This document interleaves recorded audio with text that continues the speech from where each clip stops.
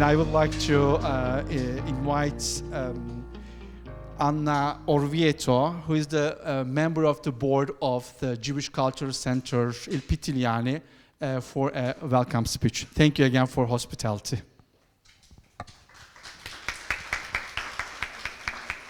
Thank you. And thank everybody who's here. It's really an honor for us to guest this, to have the opportunity to guest this initiative with Religions for Peace, because we are a place where we believe in dialogue, we believe in welcoming. So it's, I think, our aim of Pitigliani is to be together and to work together and to find solutions together. We live in a period that is, terrifying. We see in the world wars, and it's really a bad period for many of us. And what we see here, it's something different than what we see in the television, and it's something in which we really love to believe, because we really love to believe that there is something and someone different from the war, and there are people who believe in peace, and people who believe that religion should be a way for the peace. This is something really important for us. So we are really very happy to have you here. And this place, I just want to say, a few words about the place where you are. This place used to be an orphanage. And we have Franca Cohen here. She was the director for many years of this place. And thanks to Franca, probably, this place became something different. And now is a place, a cultural center, and is a place where also children are welcoming. We have children upstairs. And we work with children, and this place doesn't forget that used to be an orphanage. So it's a welcoming place, is an open place for. The orphanage is I think the aim of the orphanage is the welcoming of people, and so we really believe in this. And I'm really, really happy to have you here, and I hope you will have a good days here. And I can stay. I'm very sorry because I can stay just for a few minutes here because I have my son at home. He's quite sick, so I have to go home to see how he is. But I'm really happy to be here today, and thank you to everybody.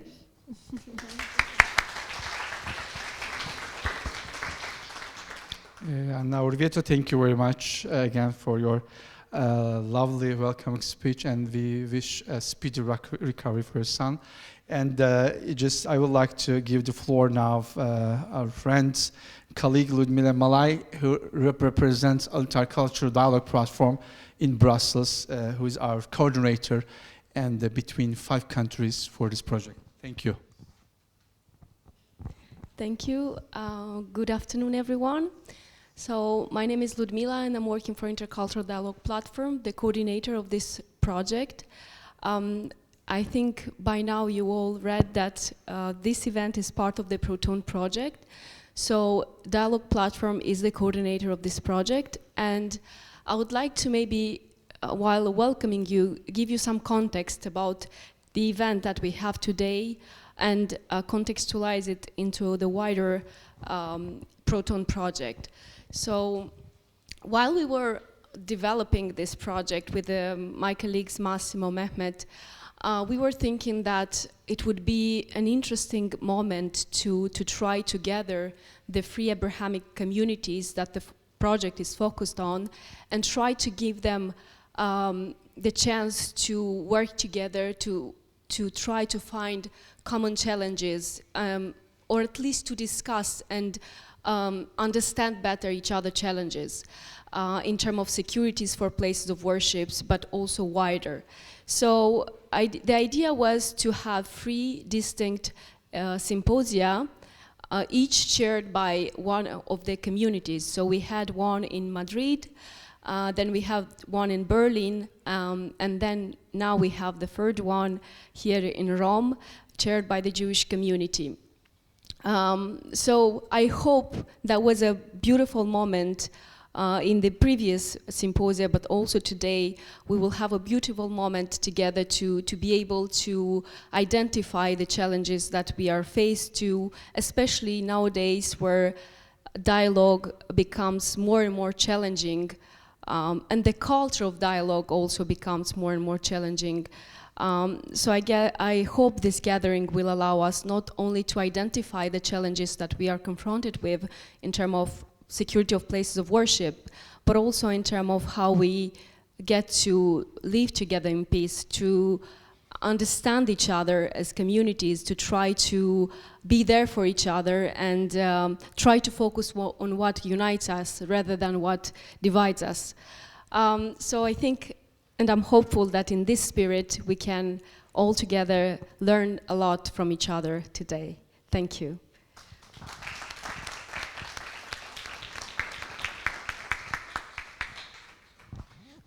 Thank you very much, Ludmila, and we're very heartfelt, really gratitude to all the team of Intercultural Dialogue Platform for your assistance and for your collaboration, not for on this project, for other projects during these years. Now I would like to give the floor Dr. Luigi De Salvia, the president of Religions for Peace Italia, one of the 2 Italian partners with Istituto Tevere of the Protone Project. The floor is yours. Good afternoon and welcome, especially to our friends who had to fly a long travel to be here. And also welcome to our Italian friends. We are working since years together, people of different tradition. You know the ancient sentence, all the street leads to Rome, lead to Rome. And also I would say all the symposia lead to Rome Symposium. It's a joke, but I want to underline that we are here after about 2 years of working online in other meetings along Europe, in Madrid, in Berlin. In Berlin, yes, and now in Rome. You are welcome. I'm sure that we will have a good opportunity of going deep, more deep in our reflection on this item of protection of place of worship. We are sure that the relation between religions are crucial as a protective factor for the place of worship, because this is, I would say, the most important. If we give a look to past centuries, so much violence was done between religious communities and religious leaders. Now, not everything is not so easy, but we have also positive, since years, we have positive experience of working together and testimony the good value, the essential value of the religions. Here you see so many pictures of different places of worship all over the world. This is also the result of an activity that we had here in Rome as Religions for Peace. We had in University of International Studies a first presentation of this work, and it means that religious places of worship are important also as an heritage for all humanity, not only for those who go to pray. This is a reason for the whole society to put attention in preserving, protecting place of worship. Of course, we intend place of worship also the person. You know, in some tradition we say that inside the human being there is some light of the spirit. So, but all the creation, according to some way of looking to the reality, are place of worship somehow. So it's a general perspective of seeing with gratitude to all the people who are around us, all the world which is around us. So I wish you also beautiful day in living together, having a good moment of staying in friendship in the next days. Tomorrow, as you know, we will have the founding meeting of an Interfaith Council for Peace and Security. I thank also to these members who came already today and participate to this symposium. And tomorrow we will have this important moment which will have a continuity in time in paying attention not only in one country to the protection of place of worship. Thank you so much and welcome again.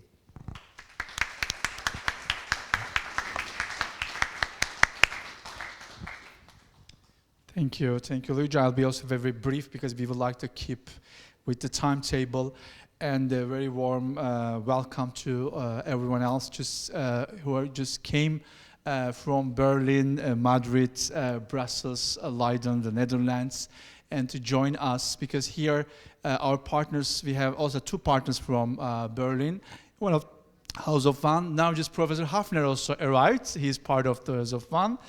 And Stiftung Bildung and Dialog, and IDP from Brussels, Arco Forum from Madrid, who hosted us for the second symposium.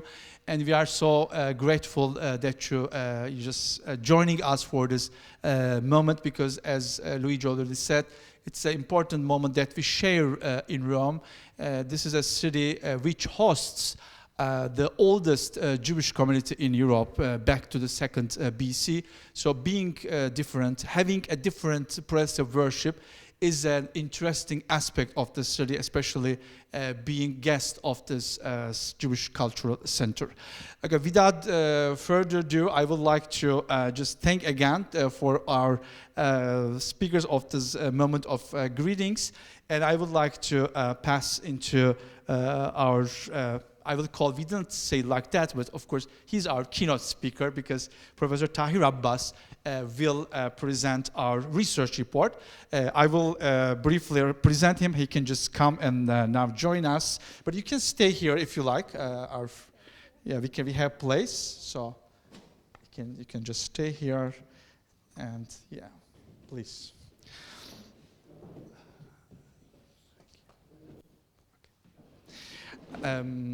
Professor Tahir Abbas, Professor of Radicalization Studies at Leiden University's Institute of Security of Global Affairs in The Hague. He graduated with a PhD in Ethnic Relations from University of Warwick in 2001 from his country. His current research interests include Islamophobia, radicalization, gender and violence, and polarization extremism. I'm just telling the number of his publications, but it's impossible to cover all of them. But he is author, editor, and co-editor of 20 books, as well as the author, editor, and co-editor of over 100 peer-reviewed articles and chapters. And we are very grateful to Professor Tahir Abbas because he conducted the whole research with an excellent team of researchers, and he will give more details of them. And I would like to ask you to give Professor Tahir Abbas a very warm welcome with your applause. Thank you.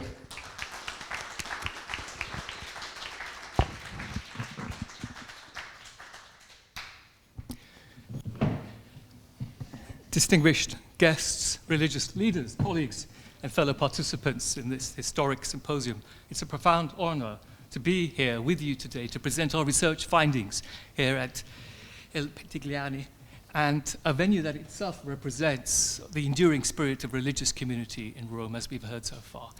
As the PowerPoint is just about to get going, I just wanted to say thank you to the conference organizers, thank you to the IDP, thank you to the venue, thank you to Rome for this great opportunity to be with you and to share with you and to learn with you too. So the Protone Project examines how religious communities across Europe navigate what we found to be an increasingly complex landscape of security challenges while maintaining the essential openness and accessibility of their sacred spaces.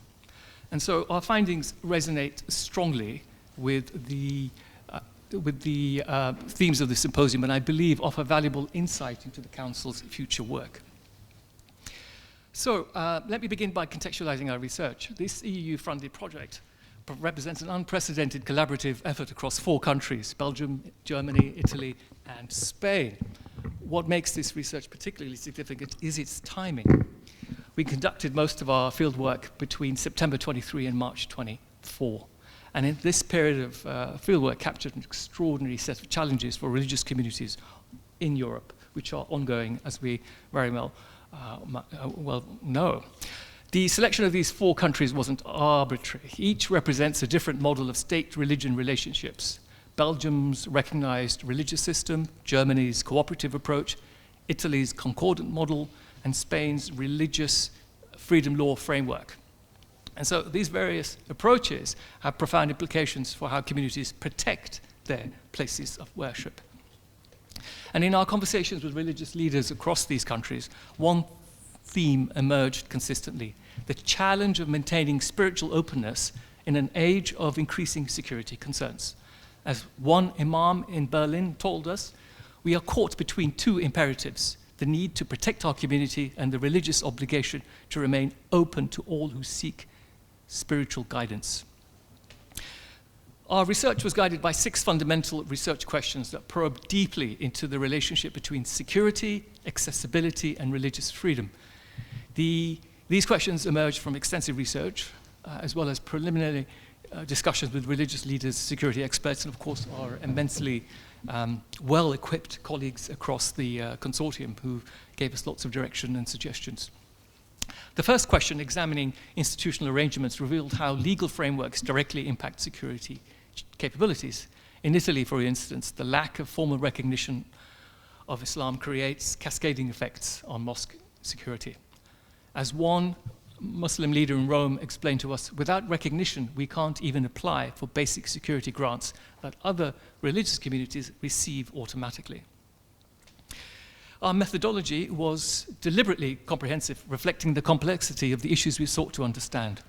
Over 6 months, we conducted 43 in-depth interviews with faith leaders. These weren't just formal discussions about security protocols. They were profound conversations about how communities maintain their spiritual essence while implementing necessary protective measures.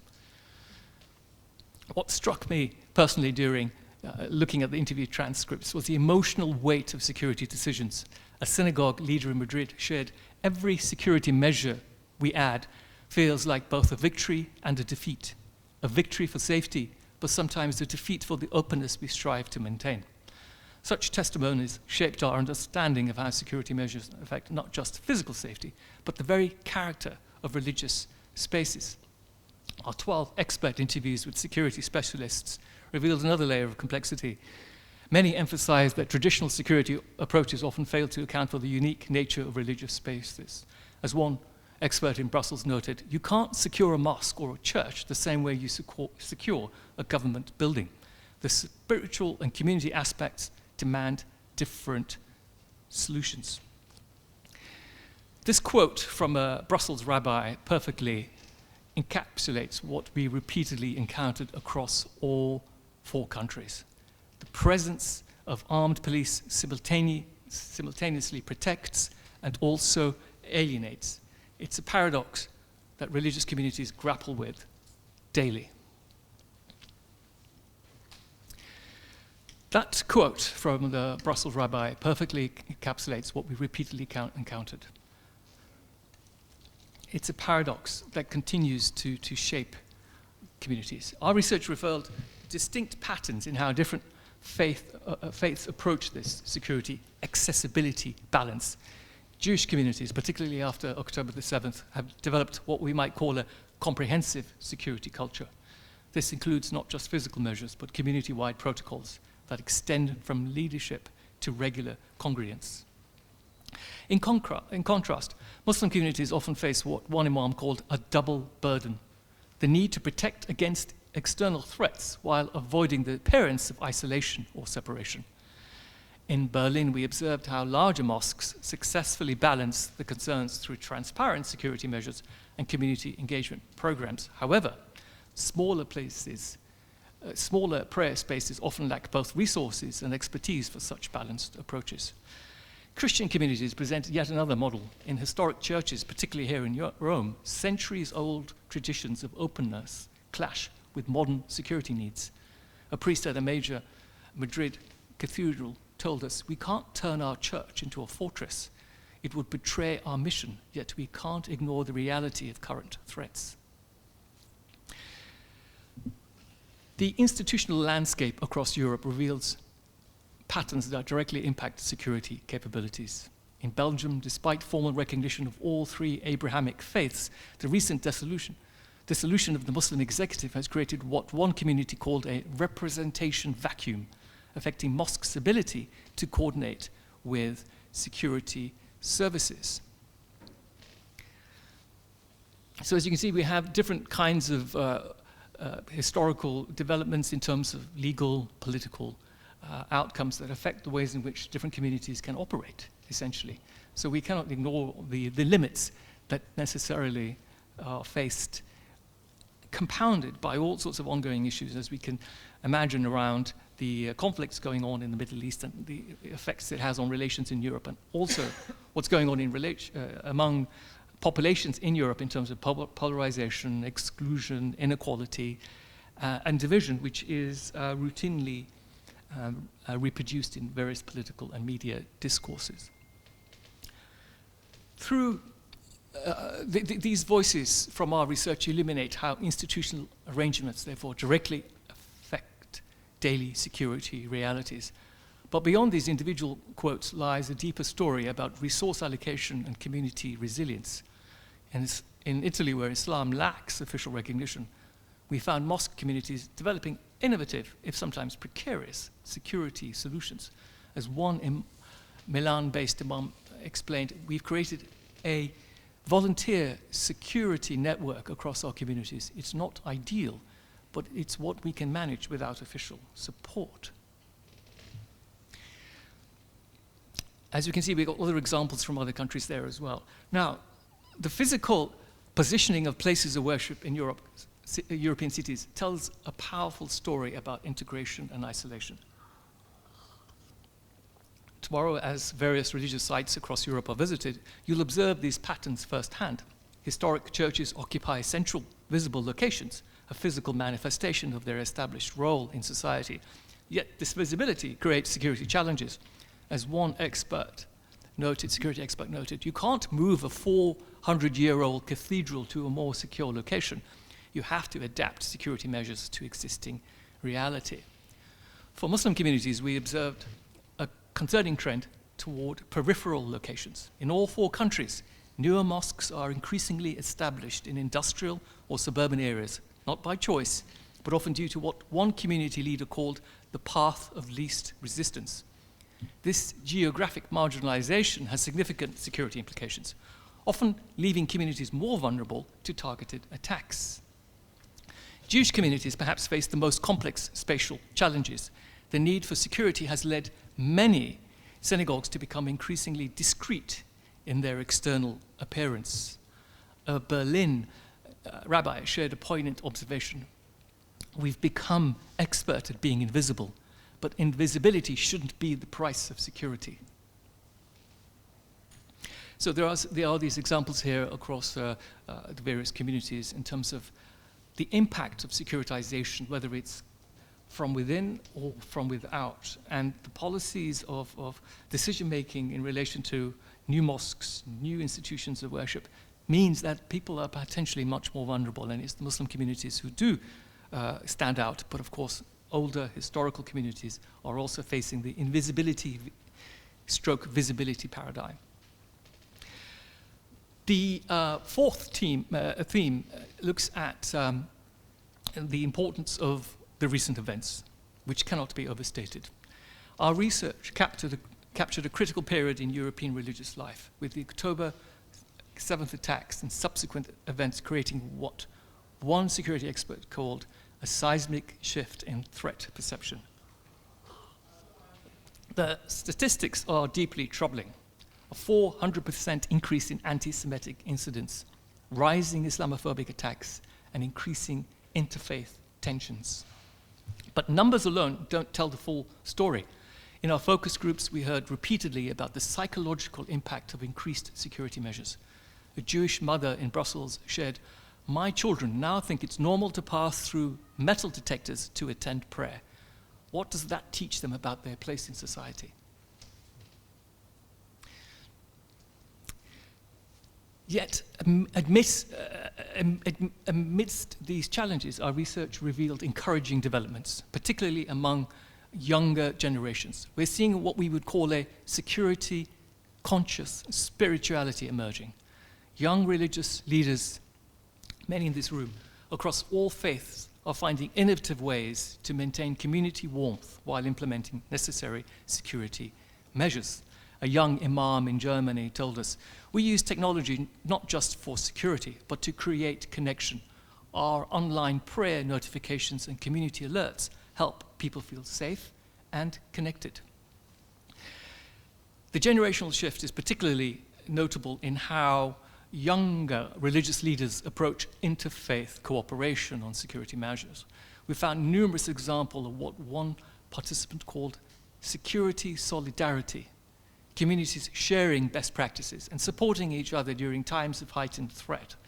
This kind of cooperation, I believe, provides a model for the work of the Interfaith Council that will be formally established tomorrow. The development of security significantly impacts it's not just an impact felt between faiths, but within them too. And our research identified what we termed security archetypes across communities. In Jewish communities, we observed what might be called a comprehensive security ecosystem. This includes not just physical measures, but community-wide protocols, regular training, and what one leader called security consciousness as a way of life. However, this comprehensive approach comes at both financial and social costs. As one community leader in Spain noted, every euro spent on security is a euro not spent on education or community support. Muslim communities demonstrate what we've termed adaptive security approaches. Larger mosques often employ professional security measures, while smaller prayer spaces rely more on community vigilance and what one imam called informal security networks. This variation in approach reflects both constraints and different philosophical approaches to securities. The experience of communities, of Christian communities, particularly Catholic churches, often exhibit what we might call reluctant security adoption. As one priest in Rome told us, "We've maintained open doors for centuries. Each security camera we install feels like a small defeat." Yet even here we see evolution. Historic churches are increasingly finding ways to integrate security measures while maintaining their welcoming atmosphere. So our media analysis, which was part of this little case study of how these issues are discussed, explored, interpreted, communicated, reveals concerning patterns in how security incidents are reported and framed. We found what one researcher called security narrative asymmetry, where similar incidents receive markedly different coverage depending on the affected religious community. This media framing has real consequences for community security. And as one security expert explained, how the media reports an incident often determines the level of official response and support a community receives. So the message, the messenger, the context all need to be much more transparent open and fair, and the reality is that our media often distorts. And this is quite systematic and quite consistent, sadly, across all of our European spaces, and perhaps more so now than ever in the light of ongoing tensions. As we draw together our findings, 3 critical conclusions emerge that I believe are particularly relevant to this symposium and the formation of tomorrow's council. First, while security needs vary significantly across communities, we found what I would call security synergies, opportunities for communities to learn from and support each other despite their different circumstances. In Belgium, for instance, we documented a remarkable case where a synagogue's security expertise helped a nearby mosque improve its protective measures. As the mosque leader told us, what began as security cooperation evolved into deeper interfaith understanding. Such examples, though still rare, offer a model for the kind of practical interfaith cooperation this council must foster. The second key finding relates to community size and resources. Our research revealed what we've termed the security capacity gap, where small communities often lack not just financial resources, but also the expertise to implement effective security measures. As one small community leader in Italy explained, we know what we need to do, but we lack the means to do it. This gap, therefore, is both a challenge and an opportunity for interfaith cooperation. The third conclusion concerns national contexts and their profound impact on local experiences. In Spain, where the 1992 agreements provide a framework for religious cooperation, we found examples of what one participant called security through solidarity. And as one Madrid-based rabbi noted, the legal framework gives us a foundation, but it's the relationships we've built with our faith communities that really enhance our security. So, in terms of future considerations, looking ahead, our research suggests several critical areas requiring attention, areas where I believe the new Interfaith Council can play a vital role. We need what I would call security solutions with spiritual sensitivity, approaches that protect our communities while preserving the essential character as places of worship and gathering. This brings me to a crucial recommendation: the need for what we've termed integrated security planning. This approach considers not just physical security measures, but also community relations, interfaith cooperation, and the spiritual well-being of congregants. As one security expert in our study noted, the best security measures are often invisible. They're built into the fabric of community relationships. There's a quote from an imam from Madrid which refers to, this quote captures what I believe is the essence of our challenge and our opportunity. Security must serve everyone, must protect without discriminating, must safeguard without isolating. It's a delicate balance, but one I believe that the Council is uniquely positioned to help. No pressure. So before concluding, I must acknowledge those who made this research possible. The European Union's Internal Security Fund provided not just funding, but a framework for understanding security as a shared European concern. The IDP for their kind invitation to include Leiden University to help with the research. And our research team at Leiden University brought diverse perspectives into this complex issues. But I most importantly want to thank the religious leaders and community members, many of whom are in this room today, who share their experiences, fears, and hopes with us. As I move forward, I believe our research offers both warnings and hope. The challenges are real and growing, but so too is the potential for interfaith cooperation on security measures. The physical security of our places of worship is crucial, but equally important is maintaining the spirituality, accessibility, and community vitality. I look forward to your questions and our continued discussions throughout this symposium. Most importantly, I look forward to seeing how the insights from the research might inform the crucial work of the Council in the months and years ahead. Thank you for your attention.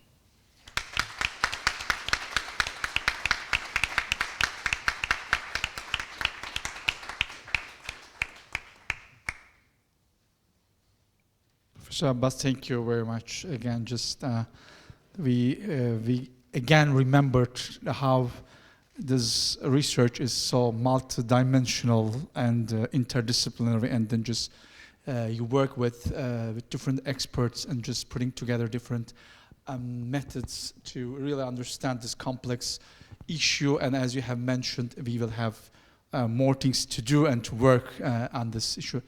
Now the floor is yours. We have plenty of time till our coffee break. So my colleague Şerife Demir will help me just to bring you the microphone. Please feel free to ask your questions and comments, and you'll be very welcome to join our discussion.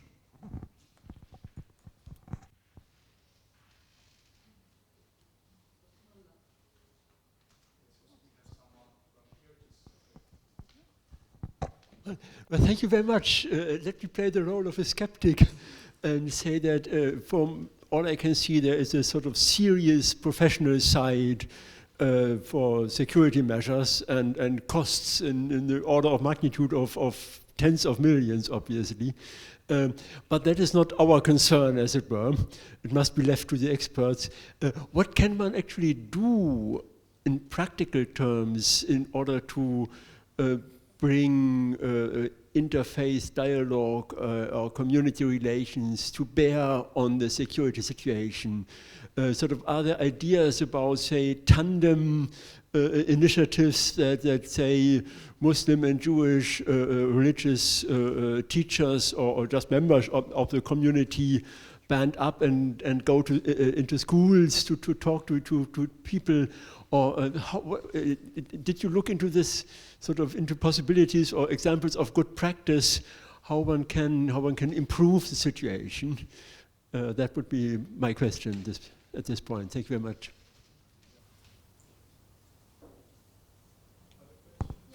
Yes, thank you very much, Professor Abbas, for an extremely insightful report. And I must congratulate you and your team for having synthesized this in a very well-balanced, I would say, way. My question to you is about securitization, or for that matter, over-securitization. We have seen that over the years, the events, the global events, international events, have a very impactful role on sort of, destabilizing local and national security orders in Europe and abroad, across Europe. How would you assess this kind of a threat perception, for example, at the national level within the EU, and also the fear factor, I would say, like all sorts of phobias like Islamophobia, xenophobia, anti-immigrant sentiment that runs very, very common here in Italy. So as to say, how can one really come out of the fear factor? That would be my question to you. Thank you very much.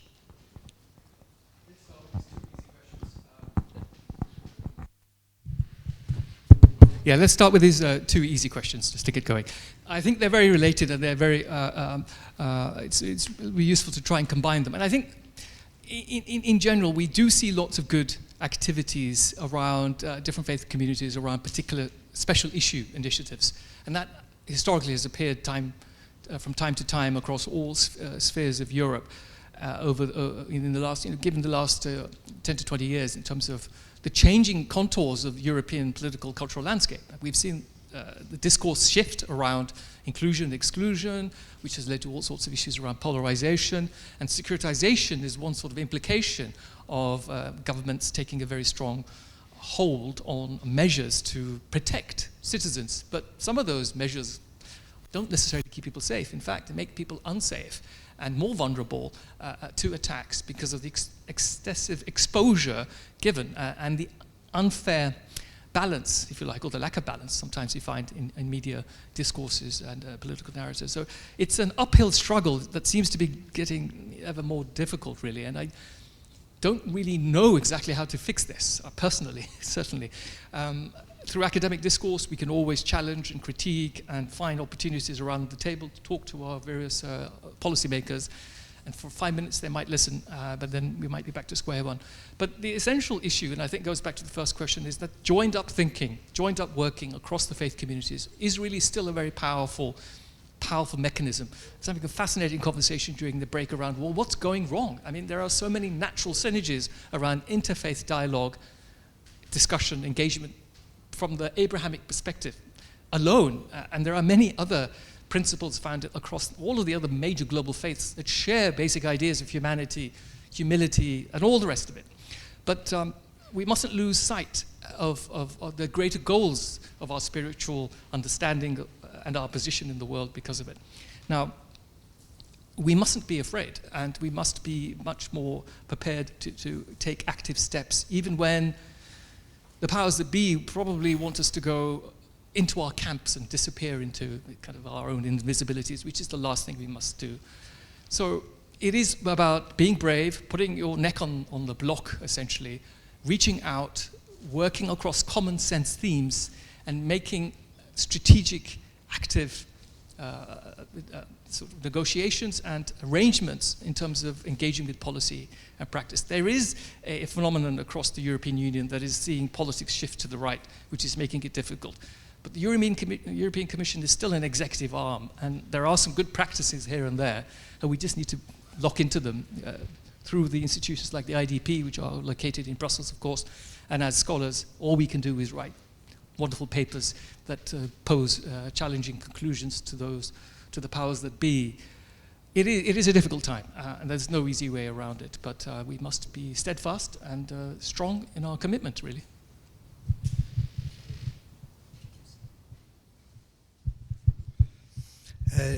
A brief comment on the challenge of secularization. I think that secularization is not our enemy, but is our great opportunity. It's different from the aggressive secularism, which is also a reaction to religious extremism in past and now.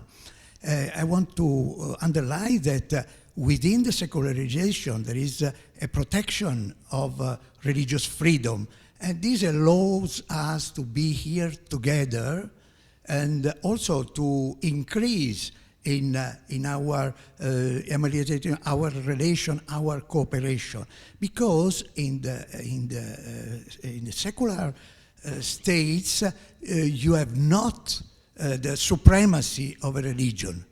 Also, the majority, or I would say the larger minority, Catholicism in Italy is a larger minority.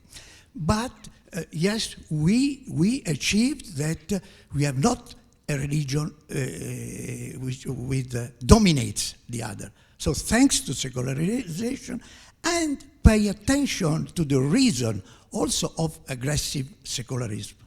Thank you. Any comments?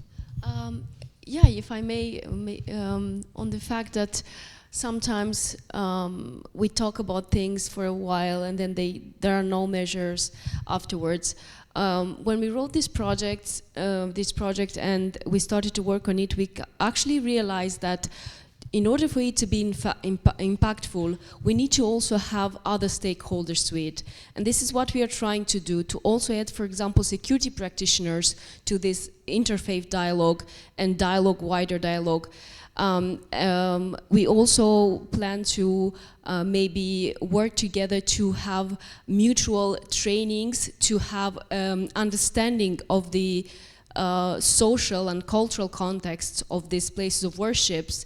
And from the police side, for example, from law enforcement, security practitioners, but also for the security practitioners to understand the sensitivities around a place of worship. And on the other side, it's also for us very interesting to have a security literacy for the community leaders, wider faith leaders, to also have a perspective from practitioners, from security practitioners, that could maybe be useful in their context. So I think in order for us to be able to have more impactful initiatives is not only to have maybe faith communities, civil societies, but also to involve security practitioners, even though we see there is a lot of, let's say, I don't know how to call that. There is not such a will to cooperate. There is a certain conservatism towards that, but especially because it's difficult, we have to try and do it, because that would be much more impactful when different stakeholders come together and they say, they work together and they say, they see the challenges, and they can further kind of propose these solutions to the policymakers. It's more impactful when it comes from different stakeholders rather than when it comes only from, I don't know, academia or civil society or faith leaders. So I guess that's also one of the ways to go about it. I think we have a question here in Zoom. Just before I'm giving the floor to Nazgul, I guess. And I would like to just share a very recent example, because as you know, in our project, we organize several other events. One of them is workshops to share, with the faith leaders and the local people, what we are trying to do in our project. And last week I was in Palermo, and we had a workshop in the Pontifical Theological Faculty. And we have members from Jewish, Christian and Muslim community. And added to that, we have 2 members of DIGOS. This is the Department of Sensitive Issues of Security, including terrorism, organized crime in Italy. And they were present in our meeting, and we had a fruitful exchange also with them. And what I discovered is these people from DIGOS, in order to solve some sensitive issues, they are not doing only their investigations, but also they are in dialogue with the Catholic Church, because Catholic Church is much more involved with the religious communities. So they would like to find already some solutions to be in the part of this interfaith discussions, and they say they really enjoy if we can just further this meetings, because that could also help their work to share with the wider society. Okay, I kindly ask. Hello to everyone. Thank you so much for this opportunity to attend this wonderful workshop. Really important, complex issue that you are discussing here. Let me introduce shortly myself. I am a PhD student in 4G University. My research is out of religious topic, but it's about sustainable development, and I think religious component is also important for sustainable development. So my first question will be related to successful stories. I joined a little bit later, so I don't know if in your research, did you consider also successful cases, good practices of interfaith security programs outside of Europe? And if so, did you look at the applicability of those findings in terms of improving legal base and your project pilot areas? This is the first question. And the second question is also related to interfaith security efforts. I just wonder, in areas where interfaith dialogue is limited, what could be the initial steps to build trust, between religious communities for joint security efforts? Thank you so much. Thank you. Would you like to respond now? Okay. Yeah, I can say a couple of remarks. I think the first question is easy. No, we only focused on Europe, and so all our lessons are based on European lessons. However, I'm sure that there are things that we could think about being relevant elsewhere, and we know that interfaith is global. It's not just a European phenomenon, but that was just the nature of our project. I mean, ultimately, it's all about empowerment and capacity building, and I think we need to think about this from the ground up. There are institutional effects we have to think about. We have to think about the national political environments and the geopolitical space in which all of this operates. But it's the opportunity to try and build capacity among those who lead, support their communities, that is essential. And we need to try and find ways of reaching out so that people can feel confident enough to be able to step up and take up the challenge themselves, because it has to be community-led. We can't expect the states of our various European countries to simply apply the laws and let it apply itself sort of fairly and equitably. It won't, because every community has got different historical paradigms, different starting points, different issues of inclusion and exclusion that already affect the situation. We've seen anti-Semitism grow. It's a huge problem, and that's not new to Europe. It's just come back up again. And similarly, we've got Islamophobia. It's not a compare and contrast. One set of suffering isn't greater than the other. It's a collective problem. And we need to take ownership of that. And I say we in the general sense, among communities. But it's very difficult right now. Right now, it couldn't be more difficult with all sorts of lack of trust and distrust emerging. And these are all sorts of external factors and pressures affecting on what would be naturally within communities to do. Because interfaith isn't new. It's part of, certainly as far as I can remember, in terms of kind of my own histories, as far as I can remember, in terms of reaching out to other faiths of the Abrahamic tradition. It's an absolute natural step, especially if you are minorities. But it's all contextual and situational, and there are so many variables which are often external and more powerful. So it needs to be about communities being able to organize themselves. So how do you do that? Well, you need to reach out and encourage them to reach back out to the mainstream in some way or another. And I think the work of the council, the work of this kind of fora is all about building that trust and that capacity in some way or another. If there are any questions, comments, please, Professor Hafner. Thank you for your research. Did you also reflect on the correlation or the difference between expectations that something happens, assassination or a scribbling or something like that, and the probability?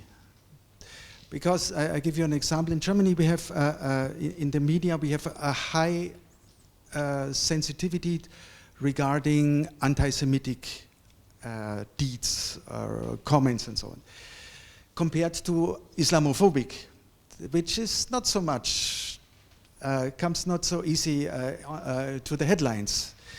But if you do social research on the attitudes of German population, Islamophobic is the first one ranging. Then you have some others, then you have anti-gay, then you have anti-Ziganism, and so on and so forth. And racism is number six or seven among 10 different attitudes. So I would like to know if you see differences in Belgium, in Italy, in Germany, the countries that you contextually now took under investigation, how the relation between expectations or the public mood and on public sensitivities and the factual probabilities that something really will happen, which you can take from police reports or other findings. Thank you.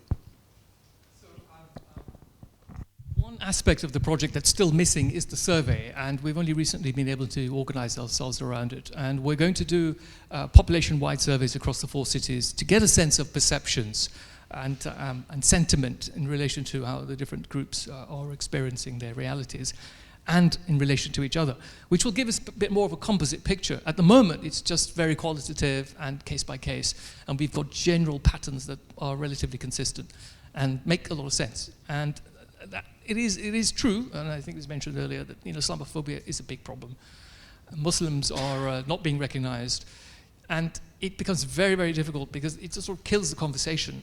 And Jewish communities, Muslim communities are finding it difficult to talk to each other about common issues, and because there's so much pressure, so much expectation, there's so much discord that's magnified routinely in the language. Just an example for people's recent memories. Amsterdam football match 2 weeks ago. What happened on the ground is very different from how it was reported and how it was communicated by the king, the prime minister, the mayor of Amsterdam. And the headlines that were in California and Canberra that talked about programs, it doesn't help Jewish communities, it doesn't help Muslim communities, it doesn't help us all. and it's become hyper-normalized, and it's very, very difficult to break down. Hopefully the survey will give us much more accurate scientific data on opinions, attitudes, and behaviors, and we'll report on that through the Protone Project eventually. But to say that a lot of our patterns are pretty consistent around the different European spaces, particularly where you have different minority groups trying to just get by day with so much stress, so much pressure, so much anxiety-inducing politics that people are just kind of locked in their shells a little bit. And we need to find ways of getting people out of that. Last thoughts, views, comments? Yeah, maybe just one comment. When we started to work on this, what we often heard is that how can the three Abrahamic religions work together on this if they all have different challenges, security challenges for their places of worship? And our answer was, of course we are aware that there are differences, but there are also common challenges, and discussing them together is not only a way to address security issues, but also a way to open to each other and to have interfaith dialogue that further build the trust or foster the trust between those communities. So our idea was not only to address security challenges, but to also foster this trust building between these three communities, not exclusively, but mainly with regard to those three communities. So yes, we are aware that sometimes these challenges, or oftentimes these challenges, can vary from community to community, but this is not an excuse to say, no, we cannot cooperate on this together. So yeah, that would be one of the final remarks. Okay.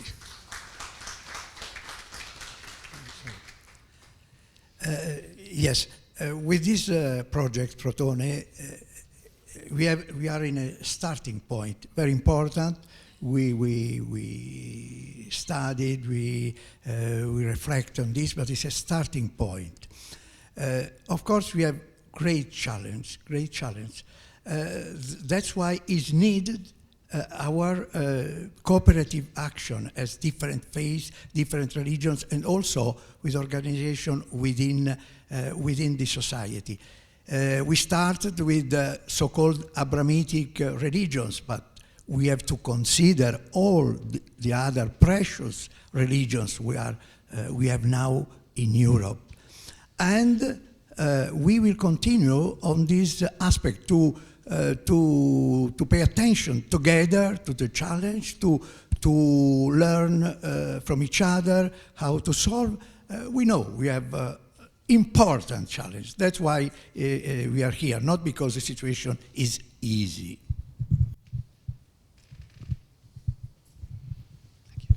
Thank you very much. We have just 1 minute. I'm just finishing with final remarks, and I think the research report, and it really should be read and studied carefully, because it gives us not only what we have to learn about the situation and develop more interfaith collaboration, and as Professor Abbas already underlined, how can we just expand the horizon, especially just to pave the way in which the partners, the actors in this context could be equally treated, just having their recognition in their legal context. I think this is a good beginning for our event of today. Before moving to the responses from different religious communities, we will have a small coffee break again, and I'm just asking our friends in Zoom. Unfortunately, we can't offer you coffee, but in 15 minutes we will come back. I don't close this session, and please join us again in 15 minutes. And the next session will be moderated by Professor Fiorella Kostoris, already here from Sapienza University. And please see each other at 4 o'clock. We very briefly introduced our moderator, and she will be the moderator of the session, Professor Fiorella Kostoris from Sapienza University, and she's also part of the Beit Hillel Jewish community, and also at the moment coordinating a very ambitious project which involves different universities, different religious communities in Italy, in order to further interfaith understanding at different parts of society. And just one personal thing, we were together and Rosh Hashanah Sedar for the Jewish New Year, and there actually this idea born that we could just work together for this session. Thank you very much again accepting being a moderator of the session. The floor is yours. Thank you very, very much, Senap, and let me first thank all the organizers of this very interesting Interfaith Symposium, and thank you also to Pitigliani, which is hosting us today and tomorrow. Today I'm a moderator, and as a notary I have simply to give the floor to other people, but I take for just 1 minute or two, I'm taking my privilege of being the moderator for proposing maybe another question to Professor Abbas, because I didn't have time in the first session to do it. My question is well, I would have many questions for your very, very interesting report. But I just want to limit myself on the following. Given the particular period in which September 2023, March 2024, very particular period for all the topic we are studying, in particular for the security of worship places and people security belonging to different religions, I would like to have more information about what you are saying concerning the fact that anti-Semitism has increased and also Islamophobia has increased.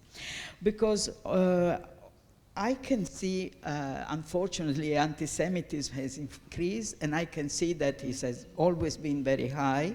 And also I can see that Islamophobia has been very high. In some countries, as was pointed out in a previous session, Islamophobia has been, for example, Germany apparently is even higher than anti-Semitism. That's an interesting point.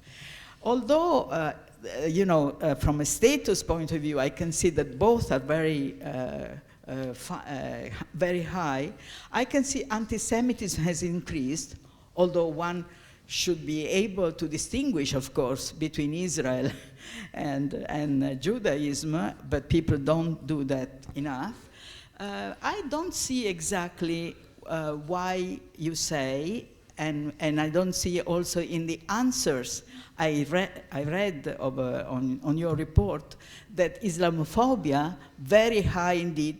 I don't see why you say it has increased during this period. If anything, I would say that precisely because people don't distinguish between country problems like Israel and Judaism, they don't distinguish between Palestinians and Islam. You know, they should distinguish for many reasons, including the fact that there are some Palestinians who are not, who do not belong to the Islamic religion. So they should distinguish for many reasons, but they don't do. I see that now there is, relatively speaking, but I talk about that only from casual empiricism. I don't have strong evidence on that, and maybe you did. But from what you published, I don't see why you say that also in a dynamic consideration, the trend is of increasing Islamophobia. If it were true that Islamophobia is strong but not increasing, one could understand why Islamic people belonging to Islamic religion and to Jewish religion in Europe, why they are not able now, right now, to become closer. If they were both more discriminated than in the past, maybe they would be able also to become stronger together relative to the rest of the society. I don't see this point, and I would like you, if possible, to have give me more information on that. Having taken my privilege, I now take the other privilege of presenting. I have here the first 3 speakers, but the debate is with 6 partners. So the first 3 speakers are here in alphabetical order. So the first speaker is Francesca Baldini. She's a journalist, Catholic. She has worked, I think, also on Radio Vaticana, but she is a researcher and she does many things, including coordinates a group of women of faith network for Religions for Peace. I hope I did not forget the most important functions you are performing. So please, you have the floor.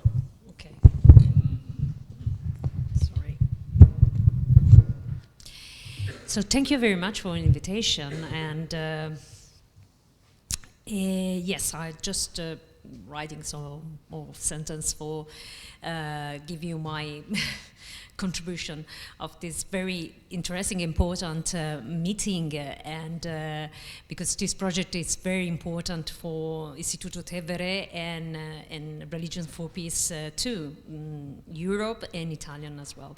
So yes, the activity of Religion for Peace Europe as well at the Italian level is an activity aimed at building bridge between people of different religions.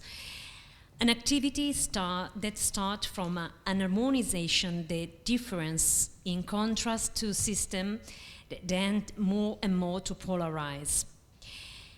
We know the cancer conflict is an utopia, but we also know the ecumenical movement, as well as an interreligious dialogue, which has a strong impulse in the dramatic 20th century, were born and developed precisely after decades of wars in which religions were the pretext for triggering this conflict. So we hope that training in confrontation, dialogue, and mutual knowledge can help us to thin this utopia.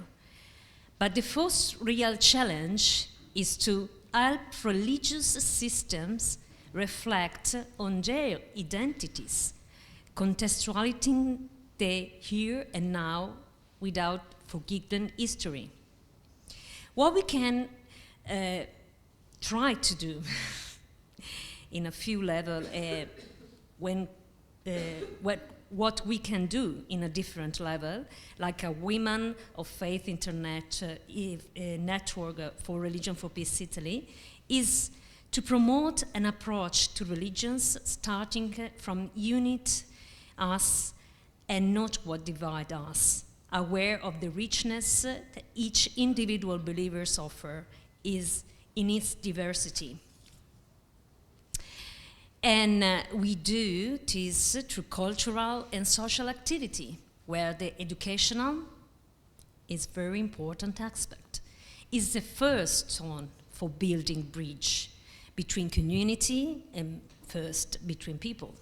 Thinking of this project, Protone, significant is the attitude of protection from our community, the first real place where dialogue is training. For example, community where the role of women sometimes is very important, extremely important. But dialogue only proceeds with the visible subject. One of the most important Italian anthropologists, Ernesto De Martino, affirmed in his book, The End of the World, the risk of not being there define our being there. So community, but also family, it was another keyword, another point for us very important in our work. And now I want to just mention our project around mixed marriage interfaith book edited in 2022, Famiglie e Religioni, Family and Religions, from mixed marriage, interfaith mixed marriage to educational of kids. dai matrimoni interfede all'educazione dei figli. Because education, especially for the future generation, is important to harmonization. So in mentioned the research done on mixed marriage between believers of different faiths, which are increasing in our country, in Italy, these families are a valuable gym for learning mutual respect and confrontation, in which women are central too.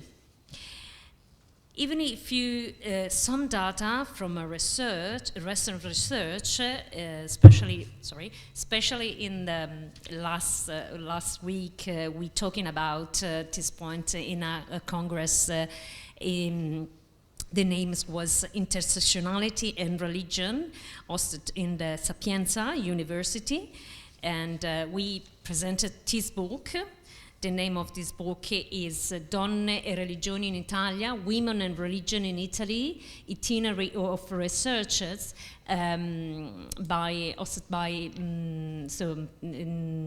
wrote by Alberta Giorgi and Stefania Balmisano, two sociologists.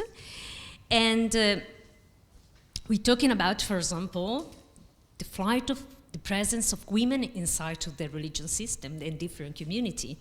But is relevant, so a progressive flight of women from traditional religions, but the transmission of faith from mother to child in almost all religious system remains. So this is very important, is a key, the women inside to our community. So this is important to protection our community. So protection ourselves through the others, my neighbor, my family, my community, my city, to build, we hope, a better world.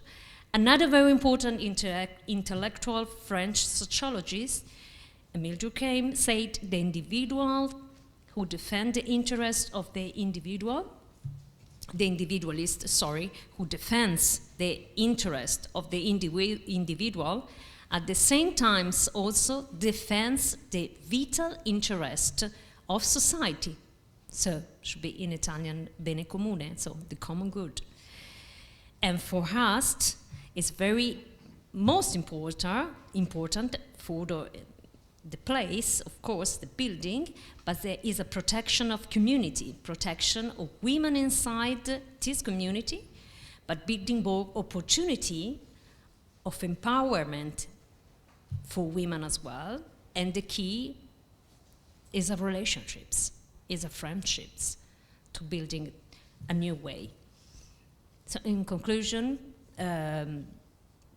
I'm reading the research, and thank you so much, because it's very interesting, this research, and the focus for me was, of course, Italy and Rome, and I think it's very interesting to see how in the research is emerged the role of media.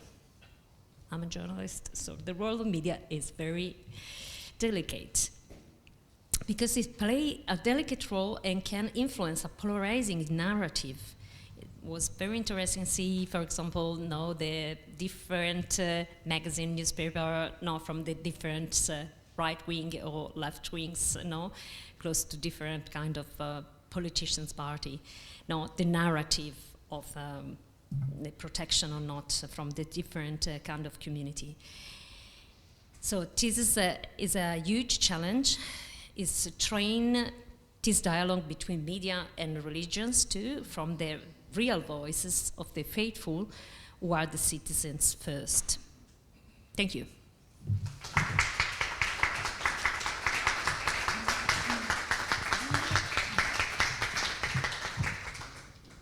Thank you very much. It's now the turn of Christine Cappelletti. Christine Cappelletti is a Baha'i member.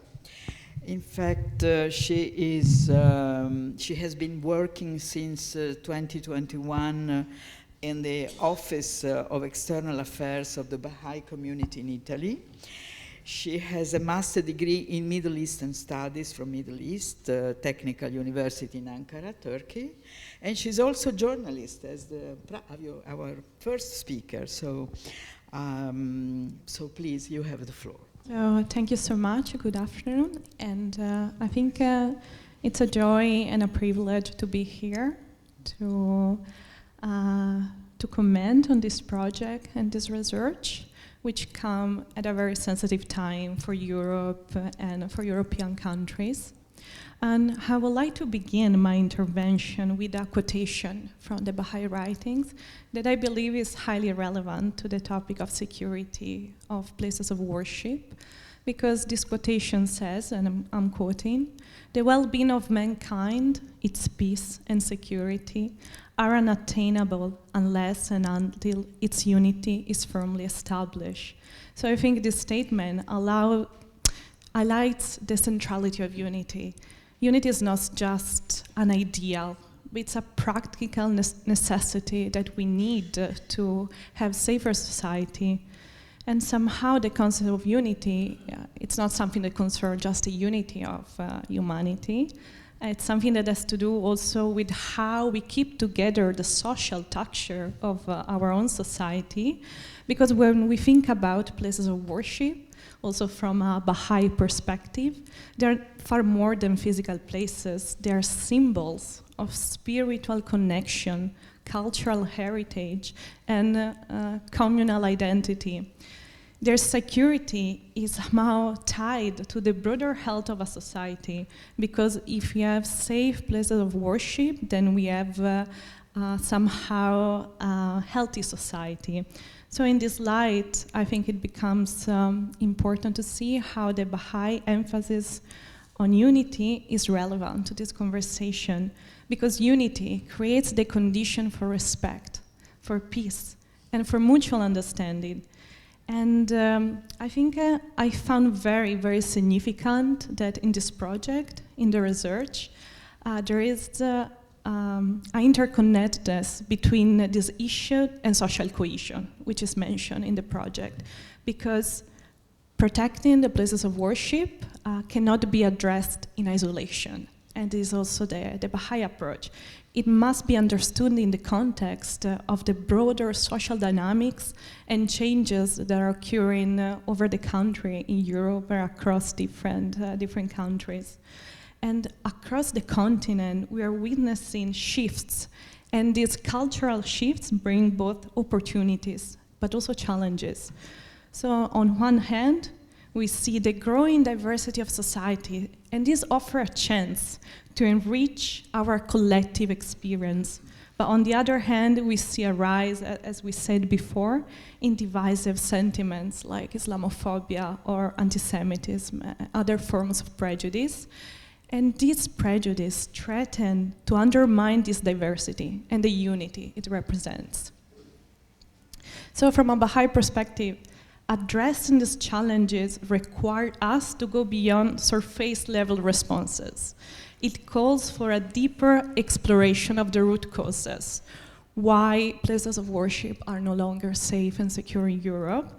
And these causes are often both social but also moral and ethical, because we see injustice, we see structural inequalities, and we see ethical shortcomings in how we view one another as members of a shared humanity. This is why the Baha'i teaching places such emphasis on fostering values that can heal this division, because at the heart of this approach, there are some key elements that come from the Baha'i experience, which are the recognition of each person's noble identity and the value of diversity. Because let me take a moment to unpack these concepts, because the idea of a noble human being speaks to the belief that every individual, regardless where they come from, who they are, their cultural background, possesses a moral potential to contribute to the progress of a society. And so the recognition of this moral potential goes hand in hand with the value of diversity, because diversity is not just about tolerating differences. is not just about becoming tolerant, it's about celebrating diversity as a source of strength for a society. And so these principles challenge us to see the other, to go beyond us and them, and see the other not as a threat, but as a partner in the shared endeavor of building a more just society, a more just European society.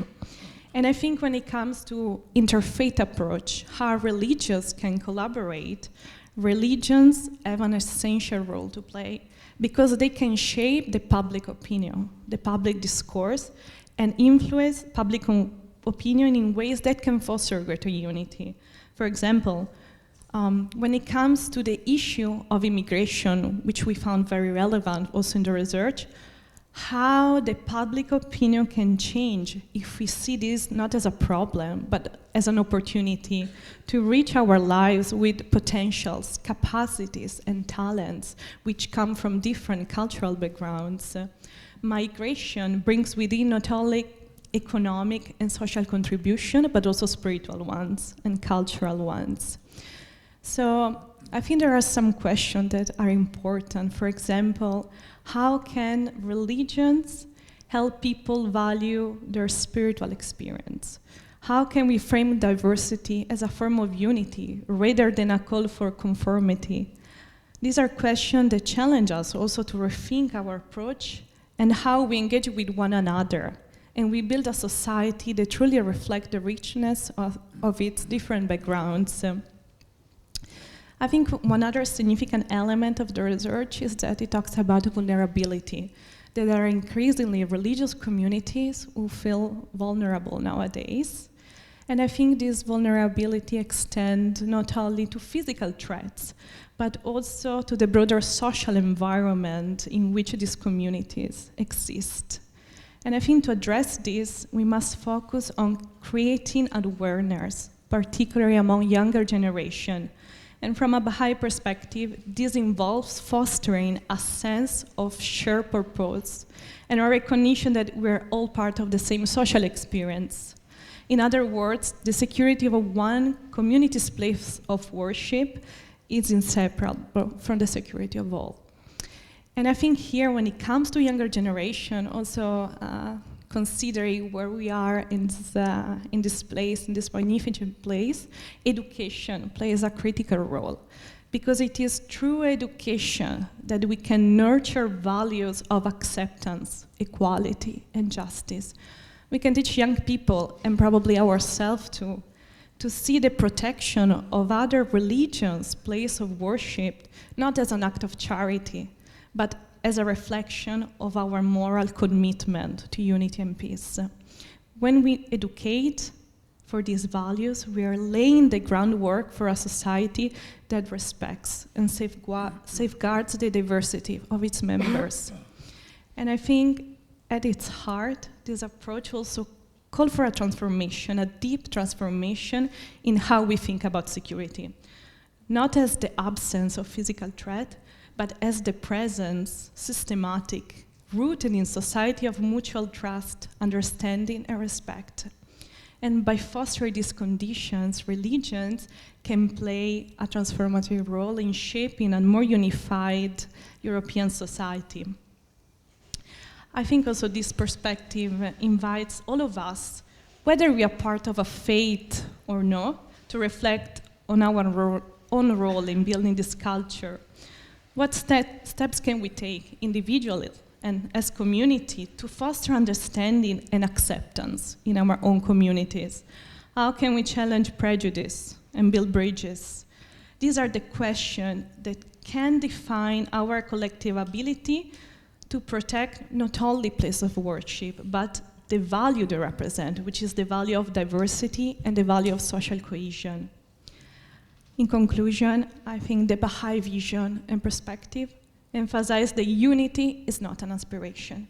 It is the foundation upon which the peace and security of society depend. So by addressing root causes through interfaith dialogue and prioritizing education, we can create a European society where places of worship are not only safe, but they are seen as a symbol of our shared humanity. Thank you.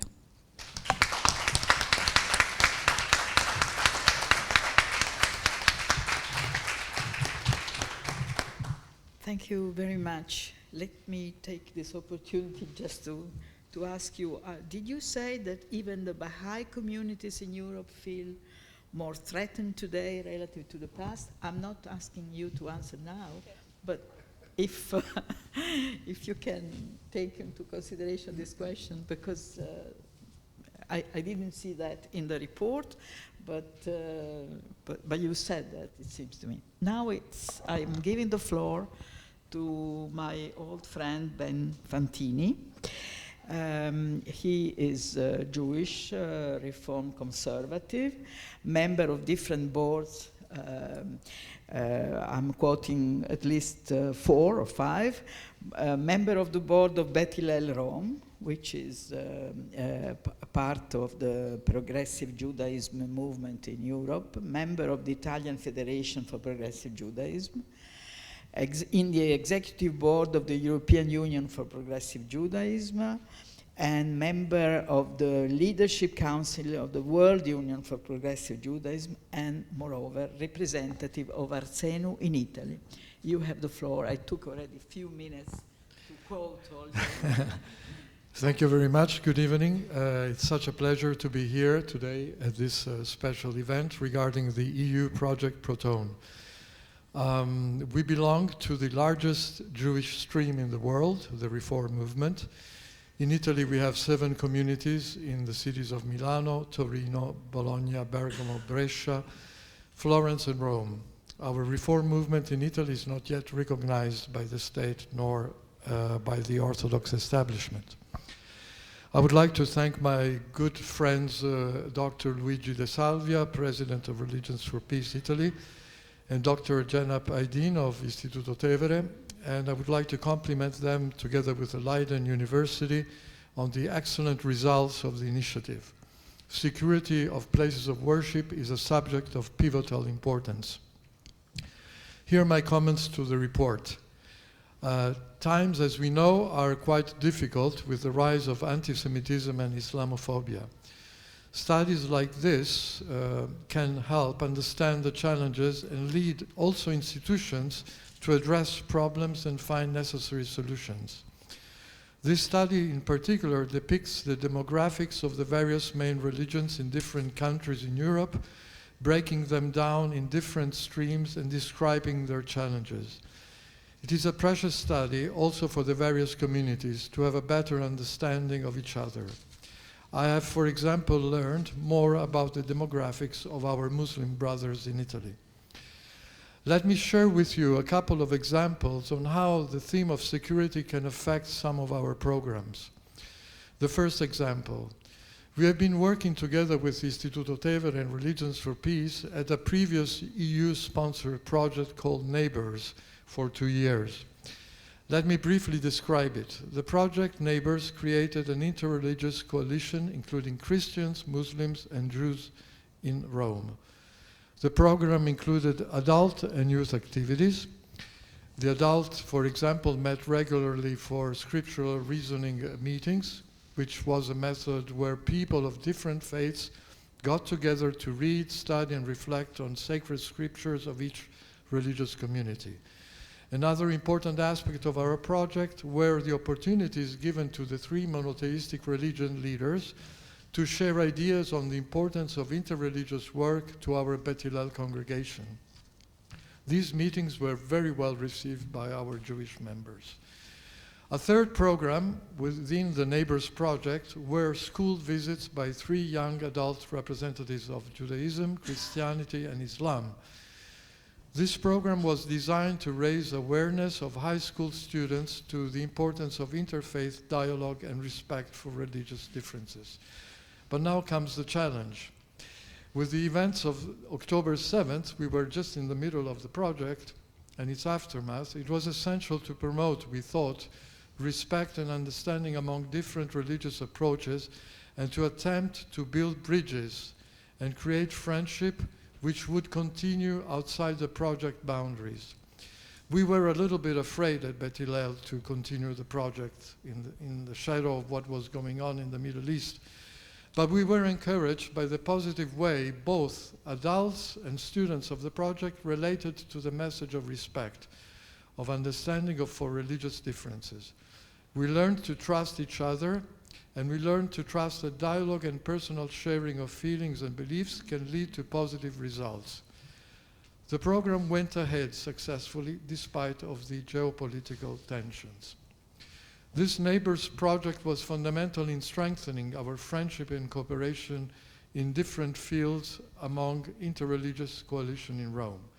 The second example, we had selected a temporary premises for rent in a multicultural area of Rome.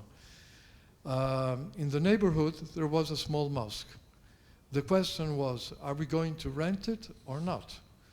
We consulted with our rabbi, and his idea was to go and visit the imam to inform him that we were prepared to go and rent temporarily a nearby space. Then the question came, how do we get the contact of the imam?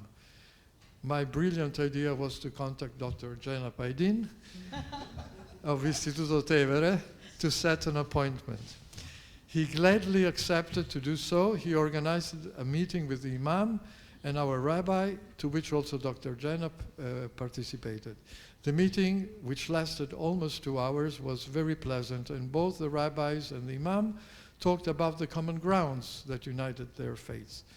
We understand from the conversation that it would not be a problem if we moved in their vicinity. We are now neighbors respecting each other. Again, my compliments to all the organizers that took part to this important project of Protone. I think it is of pivotal importance that different religions continue to work together to strengthen their bonds, friendship, and cooperation. Thank you.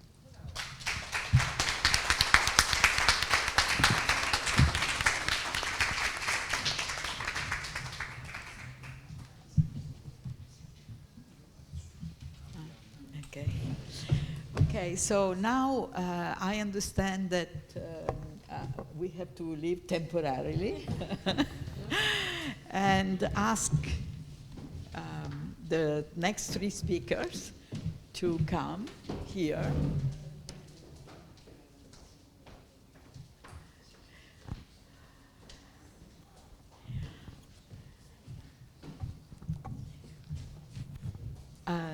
Good evening. Thank you for joining us. Now, using again the strictly alphabetic order, I would start asking Ms. Giri to take the floor. But before that, I would like to say a few things about her CV and many things she accomplished in her young life. She has, in terms of education, she obtained a classical linguistic diploma and a degree in Oriental languages and civilizations at La Sapienza University of Rome, which is my university as well. She's Hindu. In fact, she's a Hindu nun, very special Hindu kind, and a member of the Italian Hindu Union. And she holds regular lessons on Hinduism and Indian art. She collaborates with the Lakshmi Publishing House, and she's also the author of articles for specialist publications. Thank you for joining us today, and you have the floor.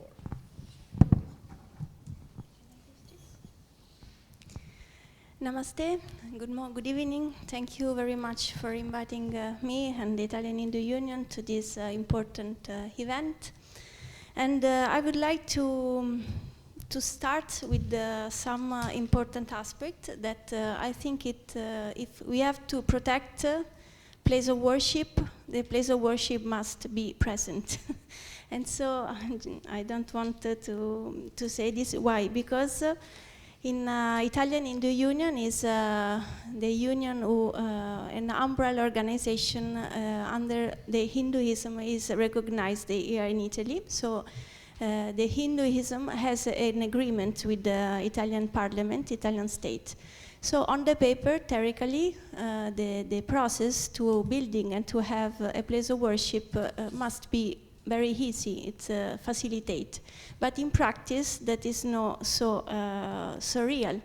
So why I'm telling this? Because we face a lot of problem, a lot of difficulties on bureaucratic level, on financial and economic level, even if we have an agreement with the state. So that's a problem. And also we see we can face Italian Hindu community, also Indian, Sri Lankan and Mauritius communities to have a temple in ex-garage, ex-factories, and even if there are very dignity in their own, it is not a real temple. They are not a real temple. And I think when we talk about security, when we talk about protection, we must talk also protection of diversity in sense of architectural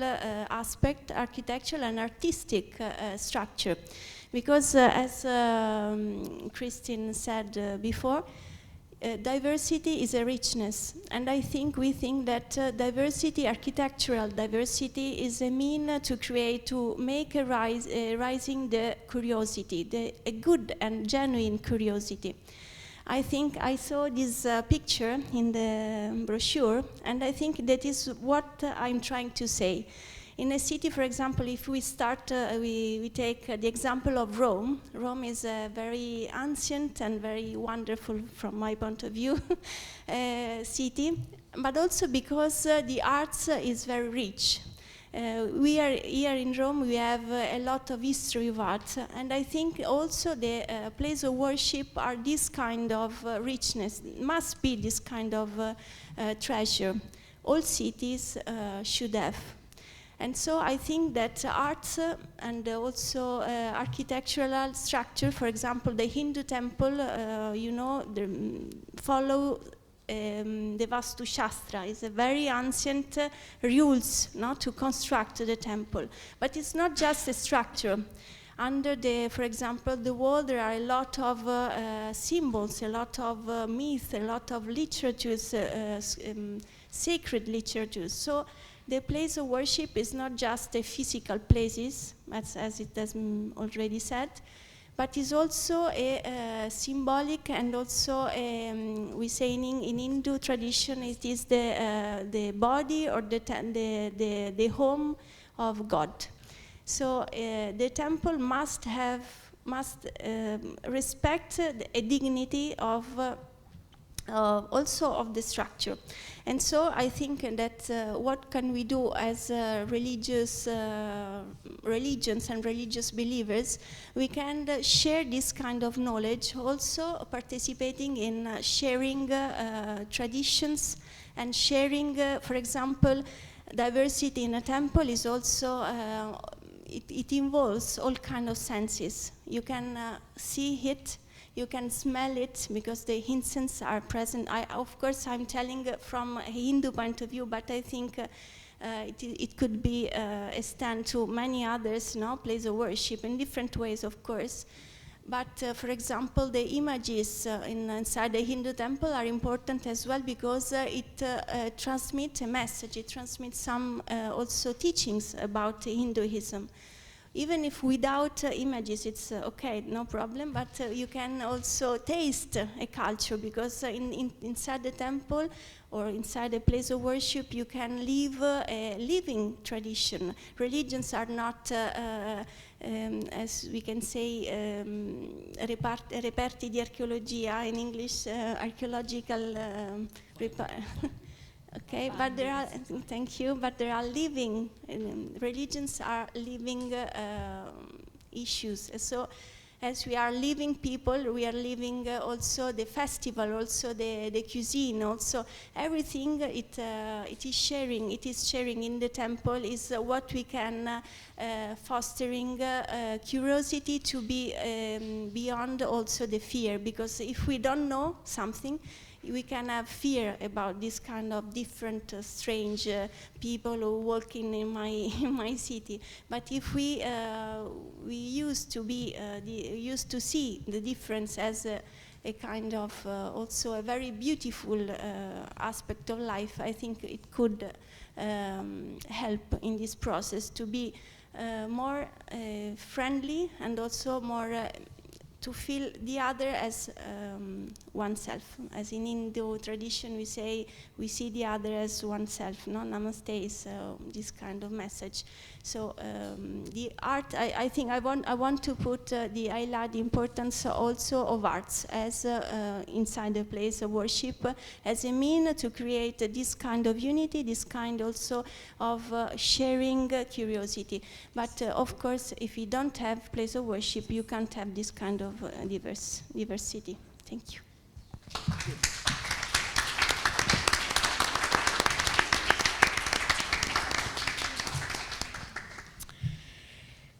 Thank you. Now it's the turn of Tez and Nizar.